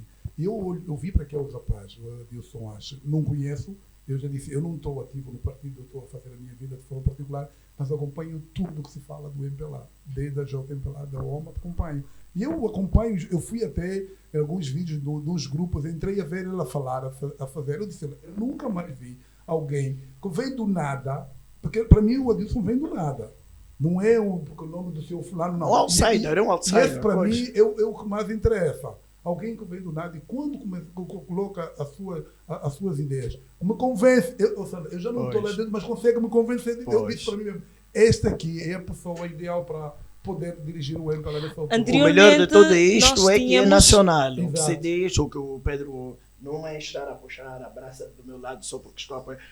O melhor de tudo isto, não digo o pior, o melhor de tudo isto é que efetivamente toda a sociedade está a falar do Adilson Ache. Eu acredito Anteriormente, que- um minuto, Isaías, anteriormente nós tínhamos nesta corrida 3 rostos, incluindo Lute e Afonso. Quais foram as razões que levaram então à exclusão de Lute deste processo? Não houve exclusão, houve eleição, porque devem concorrer, ou seja, na ótica da Comissão Preparatória Nacional, deviam ir a pleito nacional somente 2 candidatos. Como havia 3 candidaturas, então essas 3 candidaturas foram submetidas a uma eleição essa que ocorreu no dia 19. Feita a eleição, o Justino teve os votos que teve, não vou- 172 votos teve os votos contra que teve. 127 de Adilson Ache. Assim, são pessoas, sabe, que me deixam. Teve os De votos tudo, que de teve. tudo quanto se falou aqui, não é? Mostram mais simpatia por Adilson Ache, mas os votos mostram o contrário. Sim, mas assim, Isaías. Desculpa. Bom, primeiramente, tendencioso. eu penso que o debate está Tendencioso. bem encaminhado e direcionado. Antes de entrar aqui na questão dos candidatos, é importante aqui realçar alguns aspectos. De acordo com os estatutos do partido, né, existem 2 princípios basilares, os princípios que norteiam, né, que é o princípio da democracia interna e o princípio do pluralismo de opinião. Todos estão elencados no artigo 13 e no artigo 15 do Estatuto. Ora, a partir dali... JMPLA? O Estatuto do Partido. Estatuto do MPLA. Estatuto do MPLA. Então, queremos aqui dizer o seguinte, que qualquer um dos candidatos, né, sentiu a liberdade para poder concorrer. Quer o Adilson Ash, quer Justino Capapinha, Lúcia Justino Afonso. É um dos apoiantes do mesmo, não é isso? Sim, Não pode estar inimigo. eu apoio a candidatura do camarada Justino Capapinha. No entanto, não pelo nome que carrega, pelo sobrenome que carrega. Não, pelo nome até reprovas logo. Exatamente, Sim. é por isso que eu disse. Isso é verdade. Sim, pelo nome reprovas Já, logo. não, Claro. pelo nome, não pelo sobrenome que carrega, no entanto, porque de per si só ele entendeu quando lhe foi colocada a proposta, ele, se não quisesse concorrer, ele teria dito que não vou para tamanha responsabilidade. Quem se propõe a este cargo, ele saberá o que fazer quando assumir a devida responsabilidade. É claro que, ao olhar de pessoas céticas do partido, e o partido prevê essa possibilidade de ter opiniões diferentes, pluralismo de opinião, que olham para ele como uma pessoa que não tem arcabouço suficiente que é para poder dirigir a juventude. A nível do ceticismo, inclusive Justino Capapinha mencionou que é importante que a juventude do MPLA tenha senso crítico e autocrítico. Aí é onde eu digo, por que havia necessidade? Eu fiquei ansioso à espera que o Tiago Costa anunciasse que ele fosse para o debate no programa Voz Aqui. Eu disse ao Tiago, assim que ele confirmar uma vida que eu vou comprar o convite para ele. Isso aí até apoia o Capapinha. Não, isso aí é... Sim, está a apoiar Justino Capapinha. Quais são as suas razões para apoiar Justino Capapinha? Quais são as suas razões para ter mais simpatia com Justino Capapinha? Bom, são as manifestações, né, as declarações que ele tem para caso seja eleito, né, as linhas editoriais. Mas sabe que o Justino ficou 4 anos a interinar a JMPLA como segundo secretário. Sim, para poder interinar outra coisa é assumir a Sim, mas responsabilidade. ele faz parte da equipe. Faz parte da equipa. Agora. Então, quando é que estão Não, então tem uma avaliação positiva da JMPLA. Bom, isso é como o ministro, secretário de Estado. Não. O secretário de Estado ou o ministro Assim, poderá ter uma Zé, visão diferente Zé, nós daquela. estamos a falar de uma equipe que Exato. dirigiu durante 4 anos. Ele era a Teve segunda presente. pessoa. Exatamente. O que o colega Wankana acabou de perguntar, qual é a análise que eu faço desses 4 anos em termos de progressão da JMPLA a nível nacional? É só isso. Não houve progressão. Temos Amém. que ser franco. Pronto, tá, obrigado. Então, não houve progressão. Obrigado. Então não há necessidade de eu, Obrigado, como militante do obrigado. MPLA, embora nós estamos no ativo, eu apoiar uma equipe, um concorrente, que eu sei que faz parte de uma equipe. Mas como justificar os 172 votos a favor de Justino Capapinha? Eu quando falo do MPLA, eu falo com dor. 172 votos a favor de Pedro Justino Moreira, Capapinha. permita-me só- Como justificar? Pô, eu estava à espera de uma pergunta do gênero. O que significa dizer que quem não é conhecido e consegue 123 é uma grande vitória. Porque se eu, que sou o segundo secretário, que interinei durante 4 anos, consigo 172, diante de quem nós não conhecemos, e essa pessoa, durante um pleito de 3 envolvidos, consegue 123, então o vitorioso é o que conseguiu 123. Essa é a resposta E que eu pior tenho. Mas não é tudo- isso que dizem os números. pior Esta é a tudo- sua percepção e análise. Porque quem não é conhecido e recebe aquele número de votos, imagina se fosse conhecido. Mas como justificar então a preferência dos eleitores com, Não foram com relação eleitores. eleitores, digo, a nível da Comitê JMPLA? que são os membros do Comitê Nacional que já conhecem a máquina, já conhecem o Justino, conhecem o Lute e Está ficaram a querer dizer conhecer. então que este processo está a ser fabricado para favorecer Não, Justino estamos a Capapinha? falar das eleições que ocorreram no dia 19 para aprovarem 2 candidaturas, das quais Justino Capapinha teve 172 e o Adilson teve 123. Eu estou a argumentar que uma pessoa que vem sem os holofotes, ninguém conhece, e consegue, da parte do Comitê Nacional, dos membros lá presentes, 123 aceitação, é bastante positivo. Nós estamos a falar de alguém que não é tão desconhecido assim. Se ele foi diretor do INAPEN ao nível da província, Na MIB, ao nível do público, poderá não ser. ele não anda com os da Clé, Internamente. ele não anda com os da Clé, ele não anda com... Isso, Não, faz parte, ele não anda com o Big Nelo. Rosário. Não, por quê? O Estamos a falar de Justino Capapiá rostos. está aqui em Luanda. Não Exatamente. tem Mas aí onde está o Adilson É Lage onde andar está. com o da Clécia, está Alguém que radicado. sai Por do isso é que essa alguém pergunta sai da do Ossana é nada, boa para alguém mim. que sai do nada, vai por uma eleição e consegue 123? Chamou uma atenção a mim, um militante do MPLA, que não está no ativo, mas Sim. vou acompanhando o MPLA. Eu disse, espera aí, esse rapaz vem de onde? Eu fui buscar, de onde ele veio do Namibe, foi eleito agora primeiro secretário provincial. Como é que chega em Luanda, chega até esse Até esse nível. Eu comecei a acompanhá-lo, eu comecei a ver o que ele falava. Disse, não, este aqui é a pessoa certa. Porque eu não preciso saber do Justino. Não preciso saber dele, porque eu sei que ele andou lá 4 anos, não fez nada. Eu, por mim, toda aquela direção devia ter. Não, ido aliás, atrás. Isaías acabou de falar Eu que acho que é um coordenado, porque eu faço fazendo parte de uma equipa. Ah, E o líder agora sai, eu vou suceder, vou concorrer ao eu cargo. vou dizer em política, quando a equipe toda falha, todo mundo tem que ir para fora. Mas ele entendeu que É, tem não arcabouço é- suficiente não para é. seguir. O problema é que existe uma máquina de quem está a acessar, quero colocar. E depois nós Isso é sabemos que uma nós máquina. devemos Está a deixar... querer a dizer, máquina, está qual a era a querer máquina? dizer que o Comitê Nacional da JMPLA não é sério? Não é uma questão, não se trata de seriedade. Trata-se de uma equipe que trabalhou durante 4 anos. Estamos a falar do não teve secretariado. resultados. O secretariado completo não teve resultado. O secretariado é diferente do Comitê Nacional. Sala, ninguém vai me ouvir, ninguém vai me convencer que o segundo secretário interino vai conseguir. Mas as pessoas têm muito tabus para falar. uma realidade, Ô, tá vendo? ô, Pedro, eu acho que as pessoas... E ainda bem que a JMPLA está a dar um verdadeiro exemplo de democracia, porque as pessoas têm muito tabu para poder falar de determinados aspectos. Por exemplo, eu aqui vou pedir ao Pedro, não, fala à vontade, porque o Pedro disse, não posso ser conotado.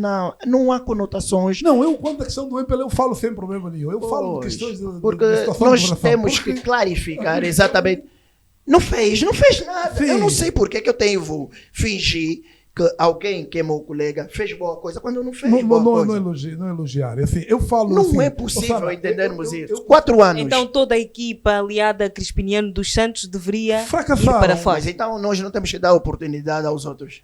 Temos que dar oportunidade. Não fez nada a sair. Osana, mas- Isaías, Fracassaram. O Isaías sabe o que Que isso é a equipe verdade, anterior né? foi fracassada. Mas isso Não. é- Falaste que não houve progressão. Houve. Não houve progresso. Não, se mas calhar não houve. inibe de o Justino Capapinha concorrer. Não Não, inibe. este é o direito. Porque até Sim. mas isso não Eu seria um exercício- indicador eu exercício de que democrático. uma possível eleição para o cargo de secretário seria um fracasso, novamente, já que esteve a interinar? Não necessariamente. Ele Fundamento, poderá por favor. demarcar-se daquilo que foi a postura do anterior. Eu podia tirar um Podia exemplo, mas demarcar. eu vou deixar esse exemplo Tenha para o certeza. tema a seguir. Absoluta.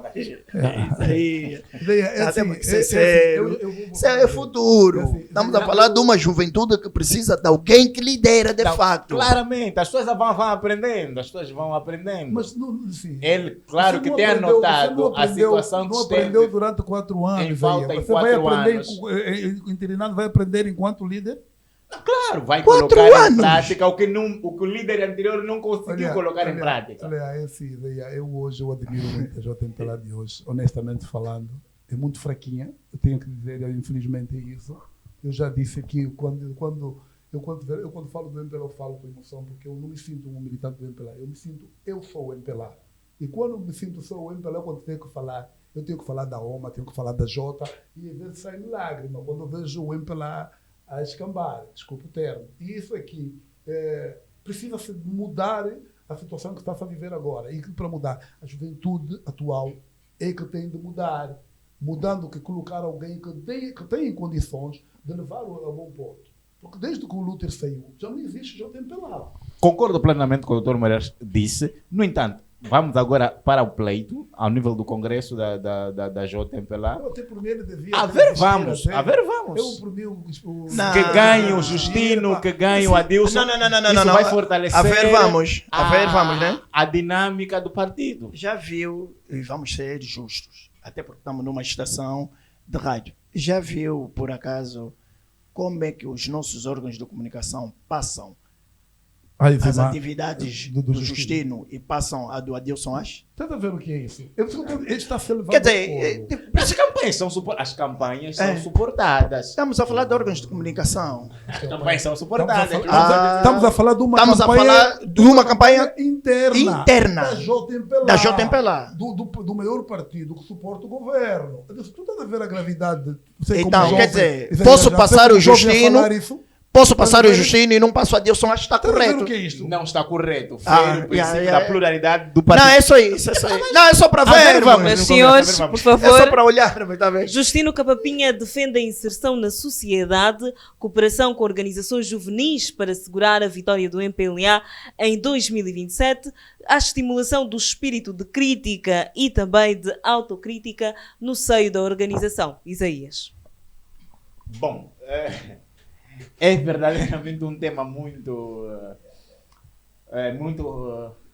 interessante, mas acreditamos que vão haver vozes contrárias, vozes discordantes, mas nós acreditamos, eu em particular acredito que se estamos numa luta a gente vai chegar até ao fim, independentemente dos prós, né? Quanto a uma determinada candidatura, eu sou da opinião que deve-se chegar até o fim de uma determinada luta. E se o fim é os dias 23, dia 21 a 23, vamos esperar somente aquele dia. Os delegados ali vão poder determinar quem de facto vai ser o novo secretário nacional da Jota.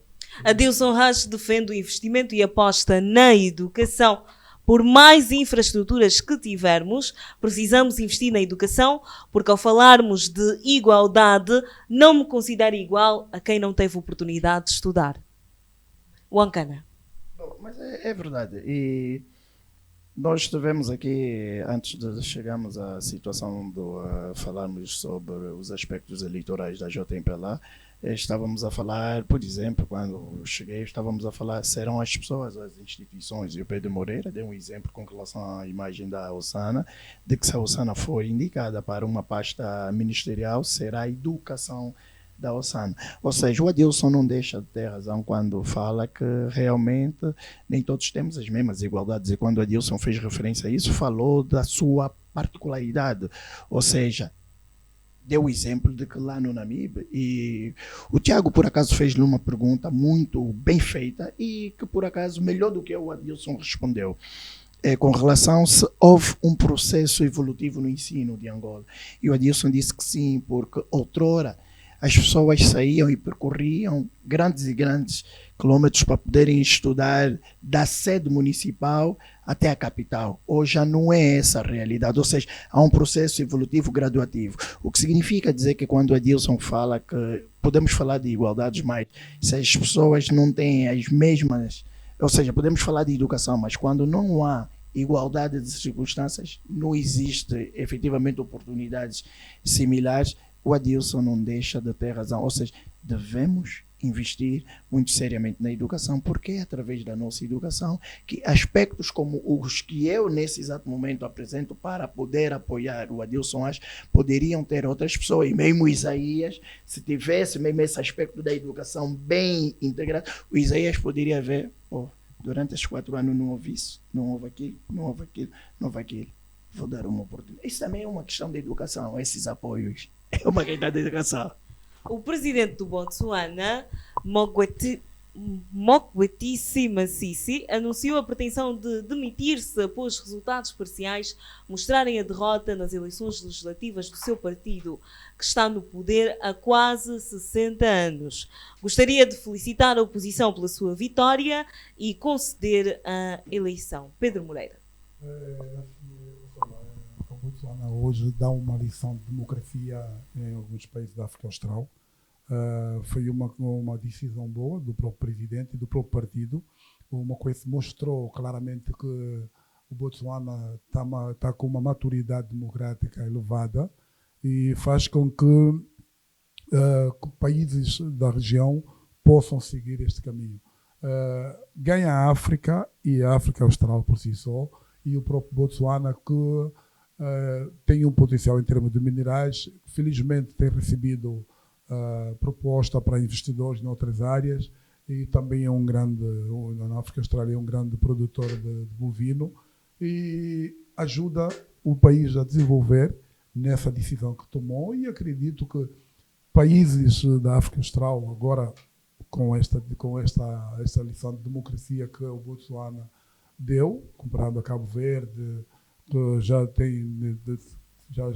atingiu um nível elevado em termos de democracia na África, e acredito que essa decisão do presidente Mokwesi e do seu partido, independentemente de estar a governar durante 60 anos, eles, por fora, vão ver o que eles fizeram em termos de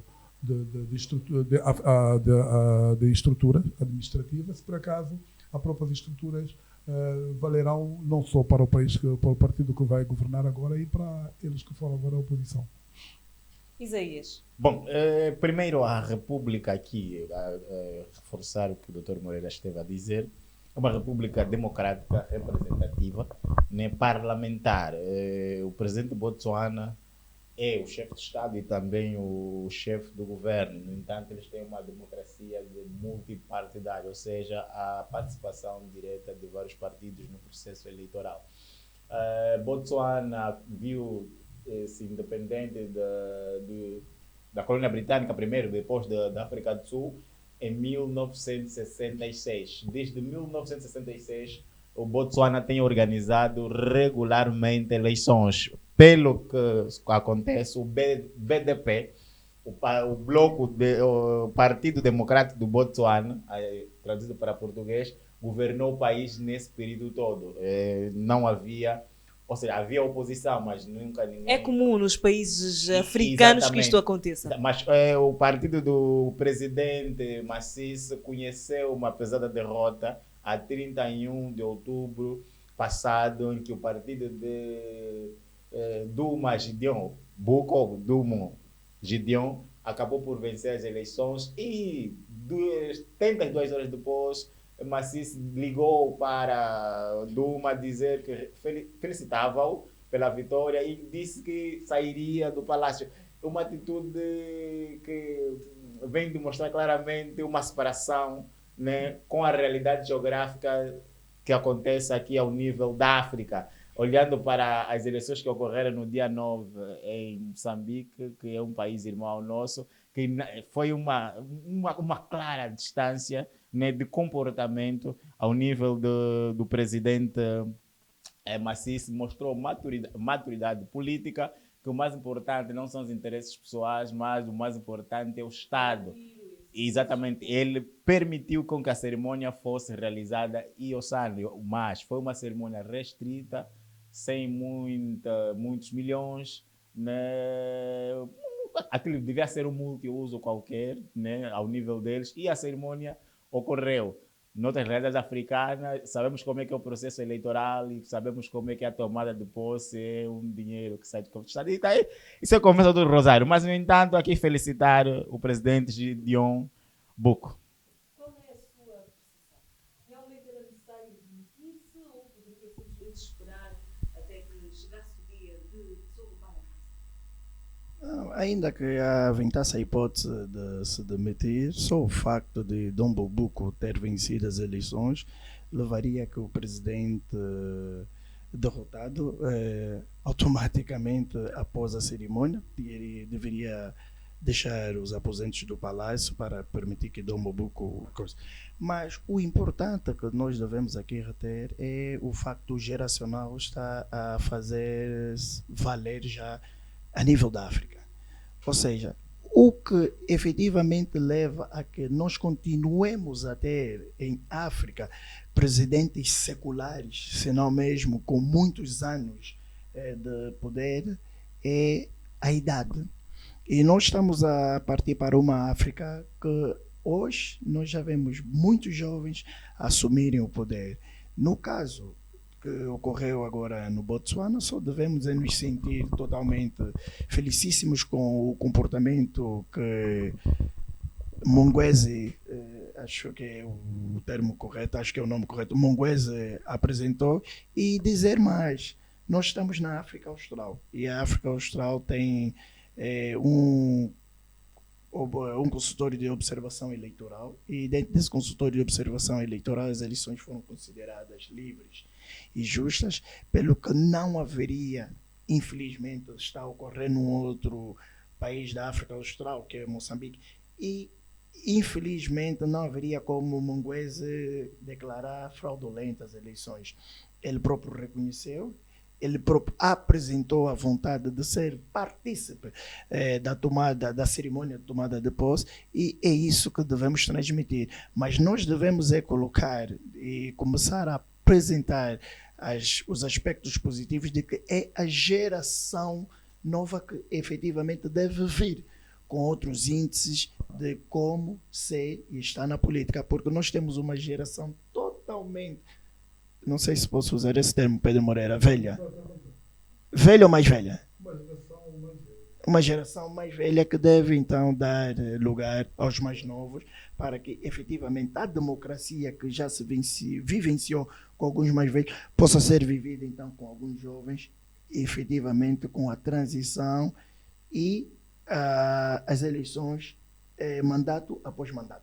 O que é que nós podemos esperar então agora a nível da política de Botsuana? Pedro Moreira. Eu acho que a própria política por si só, já a maturidade do atual do partido que ficou quase 60 anos no poder, demonstrou que há uma vontade de pensar o país e que o país precisa ser mais democratizado, e a própria oposição que vai assumir o poder vai ver que a responsabilidade do governado Botsuana será maior, e se não for, o partido que saiu voltará ao poder. Ou seja, aparecerão mais partidos para expor as suas ideias, e também democratizar, até porque Botsuana é um país pequeno, é um país pequeno, mas com uma maturidade política enorme. Ele está ali no meio entre a Namíbia, África do Sul, e conseguiu beber da experiência da África do Sul e da Namíbia, e com tudo isto ajudou-lhes a ver o panorama político de forma diferente. E esta visão que eles tiveram da África do Sul e da própria Namíbia, neste momento também está a ocorrer eleições, a preparação das eleições na Namíbia, o partido como a SWAP tem alguns problemas por causa de algumas falhas de promessa que não foram efetuadas depois da independência em 91. E tudo isso porque foi colocada algumas pessoas, uma classe social de parte, e as pessoas vão se rebelando. E Botsuana conseguiu pegar a experiência da Namíbia e da própria África do Sul, que é ali bem próximo, e do Zimbábue, trouxe para a sua política interna que o presidente Mokwesi teve uma decisão espetacular de deixar sair. Exatamente. Saiu, com uma educação elevada. Saíram, abandonaram o poder, e deixar com que o partido da oposição governe e dar aquilo que o partido esteve lá, fez um bom trabalho e não conseguiu, e vamos ver se eles vão conseguir fazer. Isaías? É preciso acrescer também a este facto que Gideon Boko é licenciado em Direito pela Universidade de Harvard, é advogado, defensor dos direitos humanos. Essas questões ali... Não vem ao caso mais... Nós temos aqui nossos Oxford, nossos Houston, calma, como é que está a economia? Eu vou ter... Não era isso que eu queria chegar, na verdade, só para dizer que a campanha de Boko, eles centralizou-se nas fragilidades do partido que governava. Sim, quais era? A criação de 500 mil empregos, a construção de 100 mil casas e a redução do preço da água e a eletricidade em 30%, e a introdução de um salário mínimo nacional em 4 mil pulos, que correspondente a euros se dá 280 euros, que no caso tornar-se, após a África do Sul, o país da região da África subsaariana com o salário mais alto. Sim, isto é uma economia nada comparada. Nada comparado, exatamente. Mas isso, de certo modo, incentivou os eleitores a votar de forma massiva para este partido e criar um divórcio com o partido. É uma questão de querer coisas novas. É só isso. Porque também essa questão conjuntural do mundo financeiro é complicada. Exato. Depois comprometer a execução. É complicado. A nível desta corrida, nós tínhamos também a Frente Patriótica do Botsuana. Como é que foi este processo, então, para que a Frente não tivesse tanta preferência por parte do eleitorado? Onde é que a Frente pecou? Não, eu fico com a cábula do Isaías. Isaías, por favor. Não percebi a questão. Em que momento é que a Frente Patriótica do Botsuana pecou, então, para que não tivesse preferência por parte do eleitorado? Bom, não sabemos quais terão sido as razões, mas provavelmente deverá ser por alguns políticos experientes do Botsuana e que o eleitorado já conhecia as anteriores alianças que estes tinham com o partido que estava no poder ou são dissidentes, então o eleitorado preferiu criar uma ruptura e vamos abraçar o novo, aquele em que a gente não conhece, melhor é que está com quem não conhece do que quem já lá esteve, vai se juntar com A ou com B, vai dar... Adeus, são as. A veia final. O pior é que eu pensei o mesmo. Meus senhores, últimas considerações então agora. O que é que nós podemos esperar para Botsuana? Pedro Moreira. Eu espero que, conforme eu já disse no princípio, não é que a economia deixa de depender só de minerais, passa no turismo, que é uma das apostas que o novo governo tem, apostar no turismo e investimento estrangeiro, e que consiga ser uma economia naquela região que chega até o topo, não é? Superando ou então chegando quase ao nível da África do Sul, até porque tem uma população muito reduzida comparada à África do Sul. O candidato republicano à Casa Branca, Donald Trump, venceu as eleições presidenciais norte-americanas, tornando-se o 47º presidente dos Estados Unidos, apontam projeções da AP, Fox News e CNN. Pedro Moreira. Aliás, não era previsível, não é? Era comparado a uma eleição igual ao George Bush e ao Gore, já, conforme alguns especialistas americanos diziam, mas eu tive muita fé que a Kamala ganhasse, mas é que eu queria tirar uma comparação com relação a Jota. Eu vou buscar a comparação agora, que quando você faz parte de uma equipe e essa equipe falha, você como candidato dessa equipe, você apanha por tabela, e essa Kamala apanhou por tabela. Do Biden? Do Biden, porque a Kamala devia ter se distanciado do Biden naquelas decisões de financiar a guerra na Ucrânia e no Médio Oriente. A Kamala acabou de dizer, 3 dias antes das eleições em Wisconsin, onde ela diz que não, eu se for eleito vou acabar a guerra do Médio Oriente. Eu liguei para o meu primo, ela vai perder as eleições. Ela devia ter feito isso a partir do mês em que ela tomou...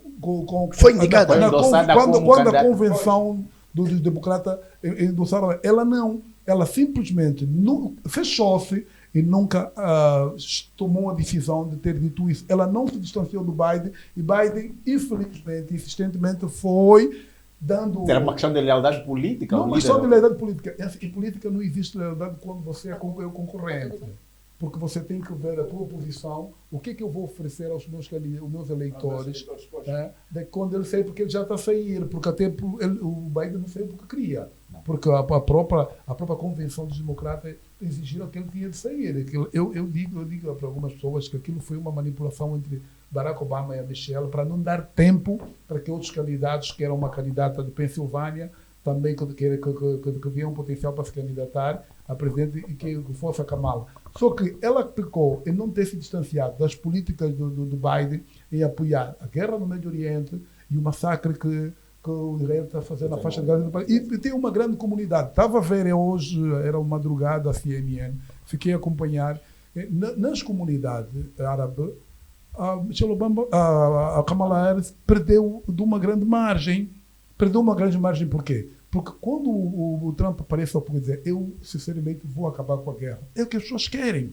E que, infelizmente, os democratas fecharam-se com isso, ignoraram, deixaram que o Benjamin Netanyahu fizesse o que bem entendesse. O massacre que aconteceu, até eu chamo ele de Hitler Netanyahu, que para mim aquilo acabar com uma etnia. Que ele está a fazer. E ele sabe que com o Trump não terá isso. E os democratas acharam que estavam acomodados. Estava a ver um comentário do Gugu Chakra. Gugu Chakra é um comentarista da Rede Globo. Ele disse que durante esse período da guerra, muitas comunidades dos democratas, a convenção de começaram a se desmoronar, porque não viam os democratas, o Biden tomou uma decisão para acabar com a guerra na faixa de Gaza. Começaram a se desmoronar, deixaram de apoiar. Não é porque a Kamala não teve votos porque votaram contra, não, é porque as pessoas não foram votar. Foi a posição. As pessoas não foram votar. E esse é o grande problema. E está ali. Eu sou de esquerda, mas gostei da derrota, e uma derrota copiosa que nunca tinha acontecido para além da vitória do Donald Reagan no passado. O Trump chega a ser o segundo o candidato republicano a ganhar uma margem elevada, porque aquilo é uma derrota copiosa. Vai demorar muito tempo para que os democratas possam ultrapassar essa situação. Donald Trump contabilizou 277 votos contra 226 de Kamala Harris. Isaías. Bom, nós estamos a falar da democracia mais antiga do mundo. Nós estamos a falar dos Estados Unidos, que é um Estado federal com 3 poderes, né? O executivo, o judicial e o legislativo. No entanto, há separação de poderes aqui. Os americanos constitucionalistas norte-americanos preferem chamar o check and balance, ou seja, nenhum dos poderes interfere no outro, pese embora para a execução material com a devida eficiência há essa interdependência. No caso, Donald Trump, a mim, antes que chegássemos ao pronunciamento de quem seria o vencedor, eu não me passava pela cabeça que Kamala pudesse ganhar, não por ser mulher, mas atendendo ao facto de Trump já lá ter estado no poder, e é muito mais fácil quem lá esteve e não cumpriu com aquilo que é o mandato constitucional, ele sentiu-se no direito e a Constituição Federal dava-lhe esse direito para poder retornar à Casa Branca. Felizmente ele pretendia concorrer com Biden porque ele já antevia a vitória esmagadora, temeu quando foi substituído por Kamala. Mas Kamala foi, como disse bem o doutor Pedro Moreira, encontrou já fragilizado a figura do presidente Biden e ele, tanto pelo potencial que tem, teve o azar de ter como concorrente Trump, uma pessoa matreira, e juntou-se a Trump figuras como muito, Elon Musk, bilionárias, então não tem como Kamala ganhar, não tinha como. E vamos ver que o mundo vai ter um desenho diferente com a presidência de Trump. Isso há 4 anos, antes do presidente Biden, o mundo estava relativamente calmo. Agora, com a subida de Biden, tivemos um agitar. E já foi assim no tempo de Barack Obama. O mundo estava agitado, voltou a ser agora com o democrata Biden. Quero acreditar que Trump poderá trazer um cenário diferente do seu antecessor. O país precisa de se sarar. O nosso país precisa de muita ajuda, declarou Donald Trump a nível de um discurso que proferiu em Palm Beach, no estado da Flórida, em que reivindicou uma vitória política jamais vista no país. Do que é que o país precisa de sarar, Wankana? É relativamente às guerras que os americanos têm participado. E para além das guerras que os americanos têm participado, o país precisa sarar no sentido de agigantar-se novamente, ou seja, a Rússia neste exato momento, e em consonância com a China, demonstra uma hegemonia tal que começa a melindrar os interesses não só dos europeus e dos americanos a nível daquilo que é a geopolítica internacional. Mas deixe-me realçar que mal Donald Trump teve as projeções de 277, autoproclamou-se já como presidente e foi discursar. E eu, por acaso, gravei o discurso do Donald Trump e Donald Trump disse: durante 4 anos tivemos muita paz. Durante 4 anos conseguimos criar vários empregos. É possível que agora façamos de novo o mesmo. E eu prometo acabar com essas guerras, porque há muita guerra no mundo e nós não precisamos disso. Temos que nos aproximar e temos que ser mais solidários. Quer dizer, mas este discurso não contraria a sua visão com relação aos imigrantes? Não, ou seja, a imigração é uma questão de segurança nacional. Eu acredito que naquilo que diz respeito à imigração, mesmo nós, mas pronto, estamos a falar dos Estados Unidos, ou seja, para se ir a um determinado país, temos que saber por que razão, o que o leva a ir para este país. Ok, vou à procura de melhores condições de vida, tá bem, quais são as tuas qualificações para aqui chegar e o que é que tu pretendes fazer?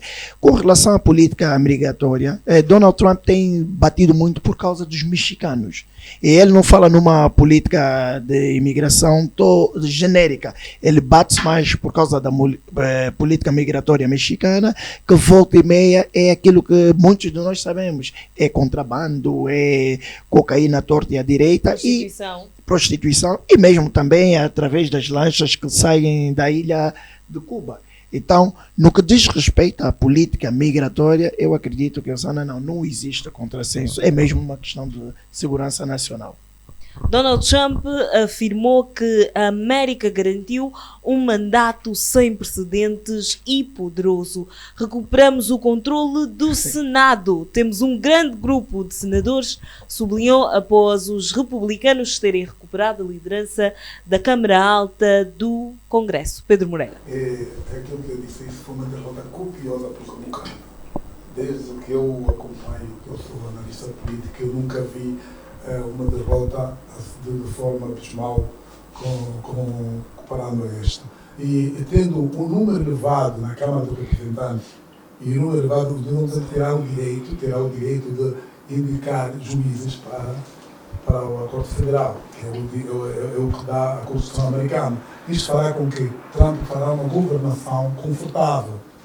O que vai acontecer numa governação confortável? A primeira coisa, ele vai fazer a mesma coisa que fez, retirar alguns apoio ao ZLF, coisa que ele fez no Afeganistão, ter retirado o ZLF, a tropa no Afeganistão, e retirando o apoio da Ucrânia, automaticamente a Europa começa já a se ver à tona, desculpa o termo, como é que vai poder se reenquadrar. Eu até de manhã escrevi num grupo militar, a Alemanha se encontra em debandada e a França está enfrangalhada. Ou seja, são as duas economias europeias que sustentam a União Europeia, é a Alemanha e a França. Significa dizer, querendo ou não, todos esses países vão ter que fazer aquilo que o Viktor Orbán, o primeiro-ministro da Hungria, disse. Vão ter que conversar com Putin. Coisa que o Viktor Orbán já vinha avisando há muito tempo, que há necessidade de abrir um corredor diplomático para que possa encontrar uma paz naquela região, aceitar a exigência do Putin e terminar aquilo. Querendo ou não, ele vai ter porquê. Hoje, Sana, tu vais para a América ver coisa desgostosa. Assim, eu fiquei chocado. Não era a mesma América que eu, quando lá estive, encontrei também pessoas na rua. Ou seja, uma juventude totalmente dependente de droga. As pessoas perderam esperança, estão a perder casas porque vivem de hipotecas, não conseguem ter uma esperança. E aquilo que aconteceu em 2016, que os americanos precisavam de alguém que não tinha uma tradição política para poder colocar algo novo dentro da sociedade americana. Esse lema do Trump de America Green, ele voltou a colocar, mas agora é gay, ou seja, novamente, vamos colocar isso, vamos trazer a América forte de novo, vamos ter uma conversão do ouro durante esse período, porque precisamos mais ver para dentro do que para fora. Hoje, a imigração nos Estados Unidos tem sido um problema grave, tá? Porque os hotéis que estão, tem uma lei nos Estados Unidos, os hotéis que estão abertos, que não tem ninguém, obrigatoriamente tem que colocar os imigrantes lá dentro, porque não podem ficar fora. O que é que acontece? Começou a dar cabo da economia americana, e com isso a China vai crescendo. E o Trump, o adversário dele não é o Putin, o adversário dele é a China, porque o Trump é um businessman. O que é que ele quer fazer? É recuperar a economia americana e colocar a América no top. Com essa saída, eu digo sempre, um as de ouro que o Putin colocou na última conferência que houve com os países dos BRICS, onde o Putin lança a moeda de BRICS.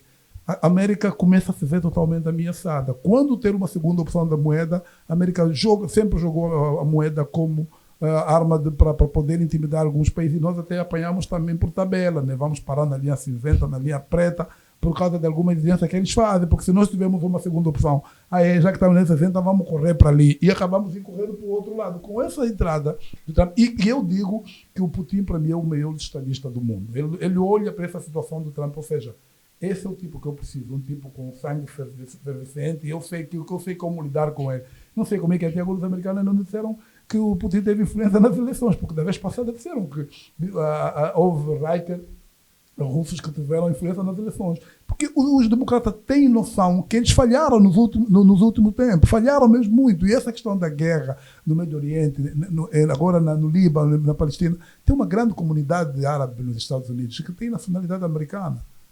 Para encerrar, como ficam as relações entre Angola e os Estados Unidos da América, agora com Donald Trump no poder? Vou começar com Isaías. Bem, nós estamos a ter aqui a perspectiva do Dr. Moreira, pegando aqui a chega, de que o presidente Donald Trump vai focar-se naquilo que é o agigantar, de novo, né, dos Estados Unidos da América. Claro que as relações que os Estados Unidos têm enquanto Estado com os outros Estados, em princípio, a de manter. Eu vou aqui dizer novamente, a diferença entre Estado e governo. O Donald Trump é chefe de Estado, não poderá descorar aquilo que são as relações que já existem. É claro, com uns poderá haver a maior aproximação, com outros vai mesmo ficar ao nível de relações de Estado. Se porventura houver alguma iniciativa de algum Estado que queira lidar com o novo governo, com a administração Trump, as portas da Casa Branca estarão sempre abertas para poder receber todo e qualquer, desde que, atendendo ao carisma de Trump, a forma efervescente de trabalhar, se adeque naquilo que é a linha de pensamento de Trump. O Ancana Oliveira, para terminar.